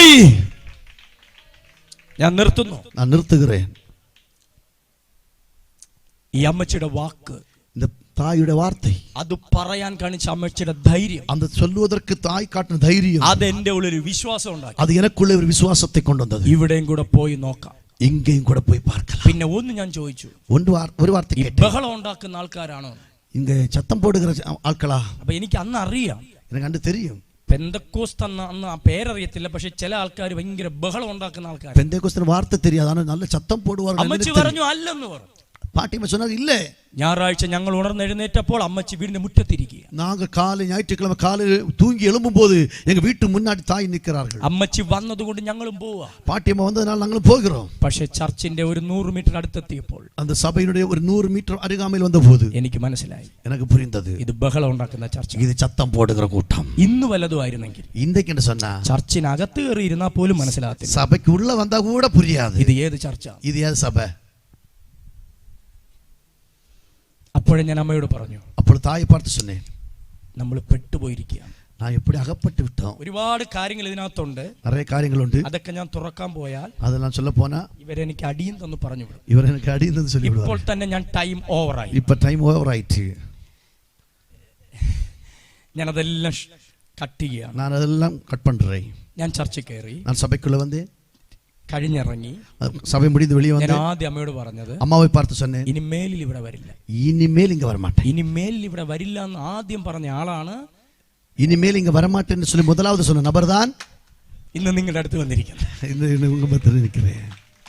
അടുത്ത ഞായറാഴ്ചയും அடுத்த ஞாயிற்றுக்கிழமை അമ്മയോട് ഞാൻ പറയും, அம்மாவை பார்த்து சொன்னேன், ഇത് ലാസ്റ്റ് സൺഡേ, இது கடைசி ஞாயிற்றுக்கிழமை, இனி நாம் போக மாட்டோம். ഇങ്ങനെ കുറെ മാസമായിരുന്നു. இப்படி கொஞ்சம் மாதங்கள் போகுது. എല്ലാ ഞായറാഴ്ചയും പറയും, எல்லா ஞாயிற்றுக்கிழமையும் சொல்லுவேன், ഇനി നമ്മൾ പോകത്തില്ല, இனி போக மாட்டேன், ഇനി നമ്മൾ പോകത്തില്ല. இனி போக மாட்டேன். പക്ഷെ എന്തോ ഒന്ന് ഞങ്ങളെ ആകർഷിച്ചു. ஆனா ஏதோ ஒன்று எங்களை வசீகரித்தது. ഞാൻ ആഗ്രഹിച്ചിട്ട് പള്ളിയിൽ പോയ ആളല്ല. நாம் விரும்பி ஆலயத்துக்கு போன நபர் அல்ல. എന്റെ മേൽ കിടക്കുന്ന ദൈവത്തിന്റെ വിളി എന്നെ വലിച്ചെടുത്തതാണ്. இது காணப்பட்ட தேவனுடைய அழைப்பு என்னை இழுத்து கொண்டு போனது. ஆமென். ഇത് ഞാൻ ആഗ്രഹിച്ചിട്ട് നേടിയതല്ല. இது நான் விரும்பி நேடினதல்ல. ഞാൻ ജനിക്കുന്നതിന് മുമ്പേ എന്നെ കുറിച്ചുള്ള ദൈവത്തിന്റെ என்னை குறித்துள்ள திட்டங்கள் ஆண்டவர் எனக்குள்ள வெளிப்படுத்தினபடியால் നിങ്ങളൊക്കെ ആരാധിക്കാൻ ഇറങ്ങി അനുഗ്രഹിക്കപ്പെട്ടവരാ. நீங்களெல்லாம் ஆராதிக்க வந்தவர்கள் ஆசீர்வதிக்கப்பட்டவர்கள். പക്ഷേ ഞങ്ങൾ ആരാധിക്കാൻ തുടങ്ങി തകർന്നു പോയവർ. ஆனால் நாங்கள் ஆராதிக்க ஆரம்பித்த போது നഷ്ടத்துக்கு നേരെ പോனவர்கள். എന്റെ ആത്മീയ ജീവിതത്തിന്റെ ആദ്യത്തെ ഒരു ചാപ്റ്റർ മുഴുവൻ കഷ്ടതയുടെ മേൽ കഷ്ടം. என்னோட ஆவிக்குரிய வாழ்க்கையின் முதலாவது ஒரு அத்தியாயம் வாழ்க்கையிலே கஷ்டத்தின் மீது கஷ்டம் എന്ന് പറഞ്ഞാൽ 17 വർഷം ഞാൻ അനുഭവിച്ചതിനേക്കാൾ ഇരട്ടി ഞാൻ അടുത്ത പോർഷനിൽ അനുഭവിച്ചു. நான் போன 17 ஆண்டுகள் அனுபவித்ததை விடக்கு இரட்டிப்பான கஷ்டங்கள் என் வாழ்க்கையில் அனுபவிக்க வேண்டியது வந்தது. മതമെതിരായി, കുടുംബക്കാരെതിരായി, പിന്നെ ഒരു സത്യം നാട്ടുകാർ കേൾക്കാൻ വേണ്ടി പറയാം. ആമേൻ. ഒന്നിനും കൊള്ളത്തില്ല, ആർക്കും വേണ്ടാത്തവനും യേശുവിൽ വന്ന് ഞങ്ങളുടെ ചർച്ചയിൽ വന്ന പിന്നെ പഞ്ചായത്ത് പ്രസിഡന്റ്, MLA, MP സകലതും ആ വീട്ടിൽ വരും. பாருங்கள், இந்த தேசத்திலே காணப்படுகிறதான இதெல்லாம் மக்கள் கேட்க நான் சொல்லுகிறேன். நாங்கள் இயேசுவை ஏற்றுக்கொண்டதனால எங்களுடைய மதம் எங்களை வெறுத்தது, எங்களுடைய சமுதாயம் எங்களை வெறுத்தது, தேசத்தில் விரட்டி அடிக்கப்பட்ட சூழ்நிலைமை. அது மட்டுமல்லாதபடி நாங்கள் இயேசுவை ஏற்றுக்கொண்டபடியினால் அந்த தேசத்தில் காணப்பட்டதான பஞ்சாயத்து தலைவர்கள், MLA-மார்கள் மற்றும் அரசு தலைவர்கள் அநேகர் எங்கள் வீட்டை தேடி வந்தார்கள். ഒരുത്തൻ മദ്യപിച്ച് വീട്ടിൽ ഭാര്യ അടിച്ചാൽ ഈ പറയുന്ന ഒരു മെമ്പർമാരുമില്ല, നീ എന്തിനാടാ അവളെ അടിച്ചതെന്ന് ചോദിക്കാം. பாருங்கள், ஒருவன் மது அறிந்து கொண்டு தன்னுடைய துணைவியை அடிக்கும் பொழுது ஏனையா அந்த சகோதரி அடிக்கிறீர்கள் என்று கேட்பதற்கு அந்த தேசத்தில் ஒருவர் கூட இல்லை. പക്ഷേ അയാൾ മാനസാന്തരപ്പെട്ട് നമ്മൾ അയാളെ സ്നാനപ്പെടുത്താൻ നിൽക്കുമ്പോൾ ആൾക്കാർ ചോദിക്കുകയാണ്, നീ എന്തിനാടാ സ്നാനപ്പെടുന്നത്? நீ ஒரு நபருக்கு சுவிசேஷம் சொல்லி மனம் திரும்பி அவரை ஞானஸ்நானம் கொடுக்கும்போது கேட்பார்கள், எதுக்குடா நீ ஞானஸ்நானம் எடுக்கிறாய்? മതത്തിന് എപ്പോഴും അടിമകളെ വേണം. மதத்திற்கு எப்போது அடிமைகள் தேவை. സുവിശേഷത്തിന് എപ്പോഴും മക്കളെ വേണം. சுவிசேஷத்திற்கு எப்போது மக்களை தேவை. ഞാൻ നിർത്തുകയാണ്. நான் முடிக்கிறேன். ഞാൻ ഒരു മതത്തിൽ നിന്ന് മറ്റൊരു മതത്തിലേക്ക് വന്നയാളല്ല. நான் ஒரு மதத்தில் നിന്ന് മറ്റൊരു മതത്തിലേക്ക് വന്ന നബറല്ല. ഞാൻ അടിമത്തത്തിൽ നിന്ന് പുത്രത്വത്തിലേക്ക് വന്നയാളാണ്. അടിമത്തനത്തിൽ നിന്ന് പുത്ര സ്വീകാരത്തിലേക്ക് നേരെ ഞാൻ ഇരുട്ടിൽ നിന്ന് വെളിച്ചത്തിലേക്ക് വന്നയാളാണ്. ഇരുളിൽ നിന്ന് വെളിച്ചത്തിൽ വന്ന നബർ. ആരാധിക്കും തോറും കഷ്ടതകൾ മാത്രം കണ്ട് ആരാധിക്കുമ്പോൾ வாழ்க்கையில் കഷ്ടങ്ങൾ மட்டுം பார்த்து ഞാൻ നിർത്തുന്നു. நான் முடிக்கிறேன். ഈ 130 രൂപ പോലും വാടക കൊടുക്കാൻ കേൾപ്പില്ലാതെ ഒരു 5-6 മാസം കഴിഞ്ഞപ്പോൾ നിങ്ങൾ ചിന്തിക്കും 130 രൂപയുടെ വീട് എന്തായിരിക്കും. അയാൾ ഇറക്കി വിട്ടു ഞങ്ങളെ. 130 രൂപ വീട് வாடகை கொடுக்க முடியாதபடி 5-6 மாதங்கள் கஷ்டப்பட்டோம். அந்த வீடு எப்படிப்பட்ட வீடுன்னு உங்களுக்கு தெரியும். அந்த நபர் அந்த வீட்டை விட்டு எங்களை வெளியாக்கினார். ഇതുപോലെ ഗതികെട്ടവരുണ്ടോ? இவனமாய் வாழ்க்கையில் தோல்வி அடைந்தவர்கள் உண்டா? പോകാൻ സ്ഥലമില്ല, போகாத இடமில்லை. കുടുംബക്കാരെല്ലാം എതിരായിരിക്കുകയാണ്. കുടുംബത്താർ എല്ലാവരും വെറുത്താர்கள். ക്രിസ്ത്യാനികളായി, ക്രിസ്തവர்கள் യേശുവിലേക്ക് പോയി. യേശുവിൽ പോനാர்கள். പോകാൻ സ്ഥലമില്ല, പോകാതെ ഇടമില്ല. ഞാൻ രക്ഷിക്കപ്പെട്ട ഷാരോൺ ഫെലോഷിപ്പ് ചർച്ച് എന്ന് പറയുന്ന ചർച്ചിന്റെ മുറ്റത്ത് ഒരു രാത്രി ഇരുന്നുറങ്ങി. நான் രക്ഷിക്കപ്പെട്ടതാണ് ഷാരോൺ ഫെലോഷിപ്പ് സഭ. அந்த சபையுடைய முற்றத்தில் உட்கார்ந்து ஒரு இரவு முழுவதும் தூங்கினேன். ചോദ്യങ്ങൾ മാത്രം, கேள்விகள் மட்டும், ചോദ്യങ്ങൾ മാത്രം, கேள்விகள் மட்டும், ഉത്തരങ്ങളില്ല. അതിനൊരു വിട இல்லை. പക്ഷെ ഒന്ന് ഞാൻ നിങ്ങളോട് പറയാം, ஒன்று உங்களை பார்த்து சொல்லட்டுமா? ഇന്നത്തെ ചോദ്യങ്ങൾക്കെല്ലാം ദൈവം നിന്നെ കൊണ്ട് മറുപടി പറയും. இன்றைக்கு இருக்கிற கேள்விகளுக்கெல்லாம் ஆண்டவர் உன்னை கொண்டு பதில் அளிப்பார். ആരൊക്കെയോ എന്നെ ശ്രദ്ധിക്കുന്നു? யாரெல்லாம் என்னை கவனிக்கிறீர்கள்? ഇത് നിന്റെ മേലുള്ള ദൈവ ശബ്ദമാണ്. இது உன் மீதுள்ள தேவனுடைய சத்தம். പിറ്റേ ദിവസം പാസ്റ്ററും ചർച്ചിലെ 2-3 വിശ്വാസികളും വന്നു. மறுநாள் போதகரும் 2-3 விசுவாசிகளும் வந்தார்கள். ഞങ്ങളുടെ അവസ്ഥ കണ്ടിട്ട് ചർച്ചിലെ ഒരു സഹോദരൻ പറഞ്ഞു, எங்களுடைய நிலைமையை பார்த்தீங்க சபையில் ஒரு சகோதரன் இப்படி சொன்னார். ചർച്ചിന്റെ തൊട്ടടുത്ത് അദ്ദേഹത്തിന് കുറച്ച് വസ്തു ഉണ്ട്. சபையின் அருகாமையில் கொஞ்சம் வஸ்துக்கள் இருந்தது. ആ വസ്തുവിൽ അദ്ദേഹം ഒരു ഷെഡ് കെട്ടി തന്നു. அந்த வஸ்துவிலே அந்த ஒரு நபர் ஒரு சின்ன குடிசை போட்டு தந்தார். 18ാമത്തെ വയസ്സിൽ ഞാൻ രക്ഷിക്കപ്പെട്ട ചർച്ച് എനിക്കൊരു ഷെഡ് കെട്ടി തന്നു. 18வது வயதிலேயே நான் രക്ഷിക്കപ്പെട്ട சபையார் சேர்ந்து எனக்கு ஒரு குடிசை அமைத்து தந்தார்கள். ജനിക്കുന്നതിന് മുമ്പ് വീട് കിട്ടിയ ആളാ. பிறப்பதற்கு முன்னே எனக்கு வீடு கட்டப்பட்ட വീടല്ല നിന്റെ വിഷയം. வீடல்ல உன்னுடைய மேன்மை. നീയും ദൈവമായുള്ള ബന്ധമാണ്. நீயும் ஆண்டவருமாக உள்ள ஐக்கியம் தான் காரியம். ആ ഷെഡ് ഞങ്ങൾ കെട്ടിത്തന്നു. அந்த குடிசை கட்டி கொடுத்தார்கள். വാതിലിന് പകരം ചാക്ക് കീറി കെട്ടിത്തന്നു. வாசலுக்கு பதிலாக ஒரு சாக்கு கிழித்து தைத்தார்கள். രാത്രിയാകുമ്പോൾ അലുമിനിയം പാത്രങ്ങൾ എന്റെ അമ്മ അടുക്കി വെക്കും. இரவு நேரத்தில் அலுமினிய பாத்திரங்கள் அம்மா அந்த வாசல் அடுக்கி வைப்பார்கள். ഈ ചാക്കിൽ എന്തെങ്കിലും ഒന്ന് തൊട്ടാൽ ഈ പാത്രം തറയിൽ വീഴും. இந்த சாக்குக்குள்ள ஏதாவது வந்து தொட்டால் இந்த பாத்திரங்கள் கீழே வந்து விழ வேண்டும். ഇതായിരുന്നു എന്റെ വീട്ടിന്റെ കോളിംഗ് ബെല്ല്. இதுதான் என்னோட வீட்டினுடைய அழைப்பு மணி. എന്നും എനിക്കത് ഓർമ്മയുണ്ട്. எல்லா நாளும் எனக்கு ஞாபகம் உண்டு. അതുകൊണ്ട് എന്നെ ആരും ആരാധിപ്പിക്കണ്ട. ஆகவே என்னை யாரும் ஆராதிக்க வேண்டாம். നമ്മൾ എന്തുകൊണ്ട് ആരാധിപ്പിക്കുന്നേ? നാം എதற்காக ആരാധിപ്പിക്ക வேண்டும்? എന്തിനാ കൈയടിപ്പിക്കുന്നേ? എதற்காக കൈയടിക്ക வேண்டும்? നമ്മൾ അതൊക്കെ മറന്നുപോയി. നാം അതെല്ലാം മറന്നു. ഞായറാഴ്ച ബൈബിളും കൊണ്ടിറങ്ങുമ്പോൾ നാട്ടുകാർ കൂകി വിളിക്കും. ஞாயிற்றுக்கிழமை பைபிளும் கொண்டு ஆலயத்துக்கு போகும்போது தேசத்தார் கூவுவார்கள். ഒരിക്കലും ഗതി പിടിക്കാത്ത ഒരു കുടുംബം, ஒருபோதும் முன்னுக்கு வர முடியாத ஒரு குடும்பம். പക്ഷെ ഏത് മീറ്റിംഗിൽ പോയിരുന്നാലും, எந்த கூட்டத்தில் போனாலும் അഭിഷക്തന്മാർ എന്നെ എഴുന്നേൽപ്പിക്കും. ஓ அபிஷேகம் பண்ணப்பட்ட ஊழியக்காரரை என்னை எழுப்பி நிறுத்துவார்கள். എന്നിട്ട് എന്നോട് പറയും, என்னை பார்த்து சொல்வார்கள், നീ ലോകരാജ്യങ്ങൾക്ക് ഒരു അത്ഭുതമായി, நீ உலக ராஜ்யத்திற்கு ஒரு அற்புதமாய் மாறுவாய். പലരും നോക്കി ചിരിക്കും, அநேகர் பார்த்து நகைப்பார்கள். പക്ഷെ ശ്രീദേവി അലറി വിളിക്കും. ஆனா ஸ்ரீதேவி என்னோட அம்மா கூக்கரலிட்டு சத்தம் போடுவார்கள். അന്ന് പലരും ശ്രീദേവിയെ നോക്കി ചിരിക്കുന്ന ഞാൻ കണ്ടിട്ടുണ്ട്. அன்றைக்கு பலரும் ஸ்ரீதேவியை பார்த்து சிரிப்பதை பார்த்திருக்கிறேன். ചിരിച്ചവരെല്ലാം അവിടെ തന്നെ ഇരിപ്പുണ്ട്. அந்த சிரித்தவர்கள் எல்லாம் அங்கேதான் இருக்கிறார்கள். ശ്രീദേവി മക്കളും അവിടെ ഇല്ല. ஸ்ரீதேவியும் பிள்ளைகளும் அங்கே இல்லை. ദൈവ ശബ്ദം നിന്നെ ഉയർത്തും. தேவனுடைய வார்த்தை உன்னை உயர்த்தி പ്രവചന ശബ്ദം നിന്നെ ഉയർത്തും. தீர்க்கதரிசன வார்த்தை உயர்த்தி പ്രവചനങ്ങൾ നിന്റെ മേൽ ജനിക്കും. தீர்க்கதரிசனம் உங்களுக்குள்ளே பிறக்கும். കുടുംബം പോറ്റാൻ ഗതിയില്ലാതെ, குடும்பத்தை அணைப்பதற்கு வளர்த்துவதற்கு நிலைமை இல்லாத, വിദ്യാഭ്യാസം നിർത്തേണ്ടി വന്നു. படிப்பறிவை நிறுத்த வேண்டியது வந்தது. 2 വർഷത്തോളം ട്രിവാൻഡ്രം പട്ടണത്തിൽ റോഡ് ടാർ ചെയ്യുന്ന ജോലിക്ക് നടന്നു. 2 ஆண்டுகள் திருவனந்தபுரம் பட்டணத்தில் ரோடு டார் போடக்கூடிய வேலைக்கு போனேன். റോഡ് പണിക്ക് നടന്ന ചെറുപ്പക്കാരനാണ് ഞാൻ. ஓ ரோடு வேலைக்காய் கடந்து சென்ற ஒரு வாலிபன் தான் நான். ഞാൻ എന്നോട് പറഞ്ഞു, நான் என்னை பார்த்து சொன்னேன், എന്റെ ചരിത്രം അവസാനിച്ചു.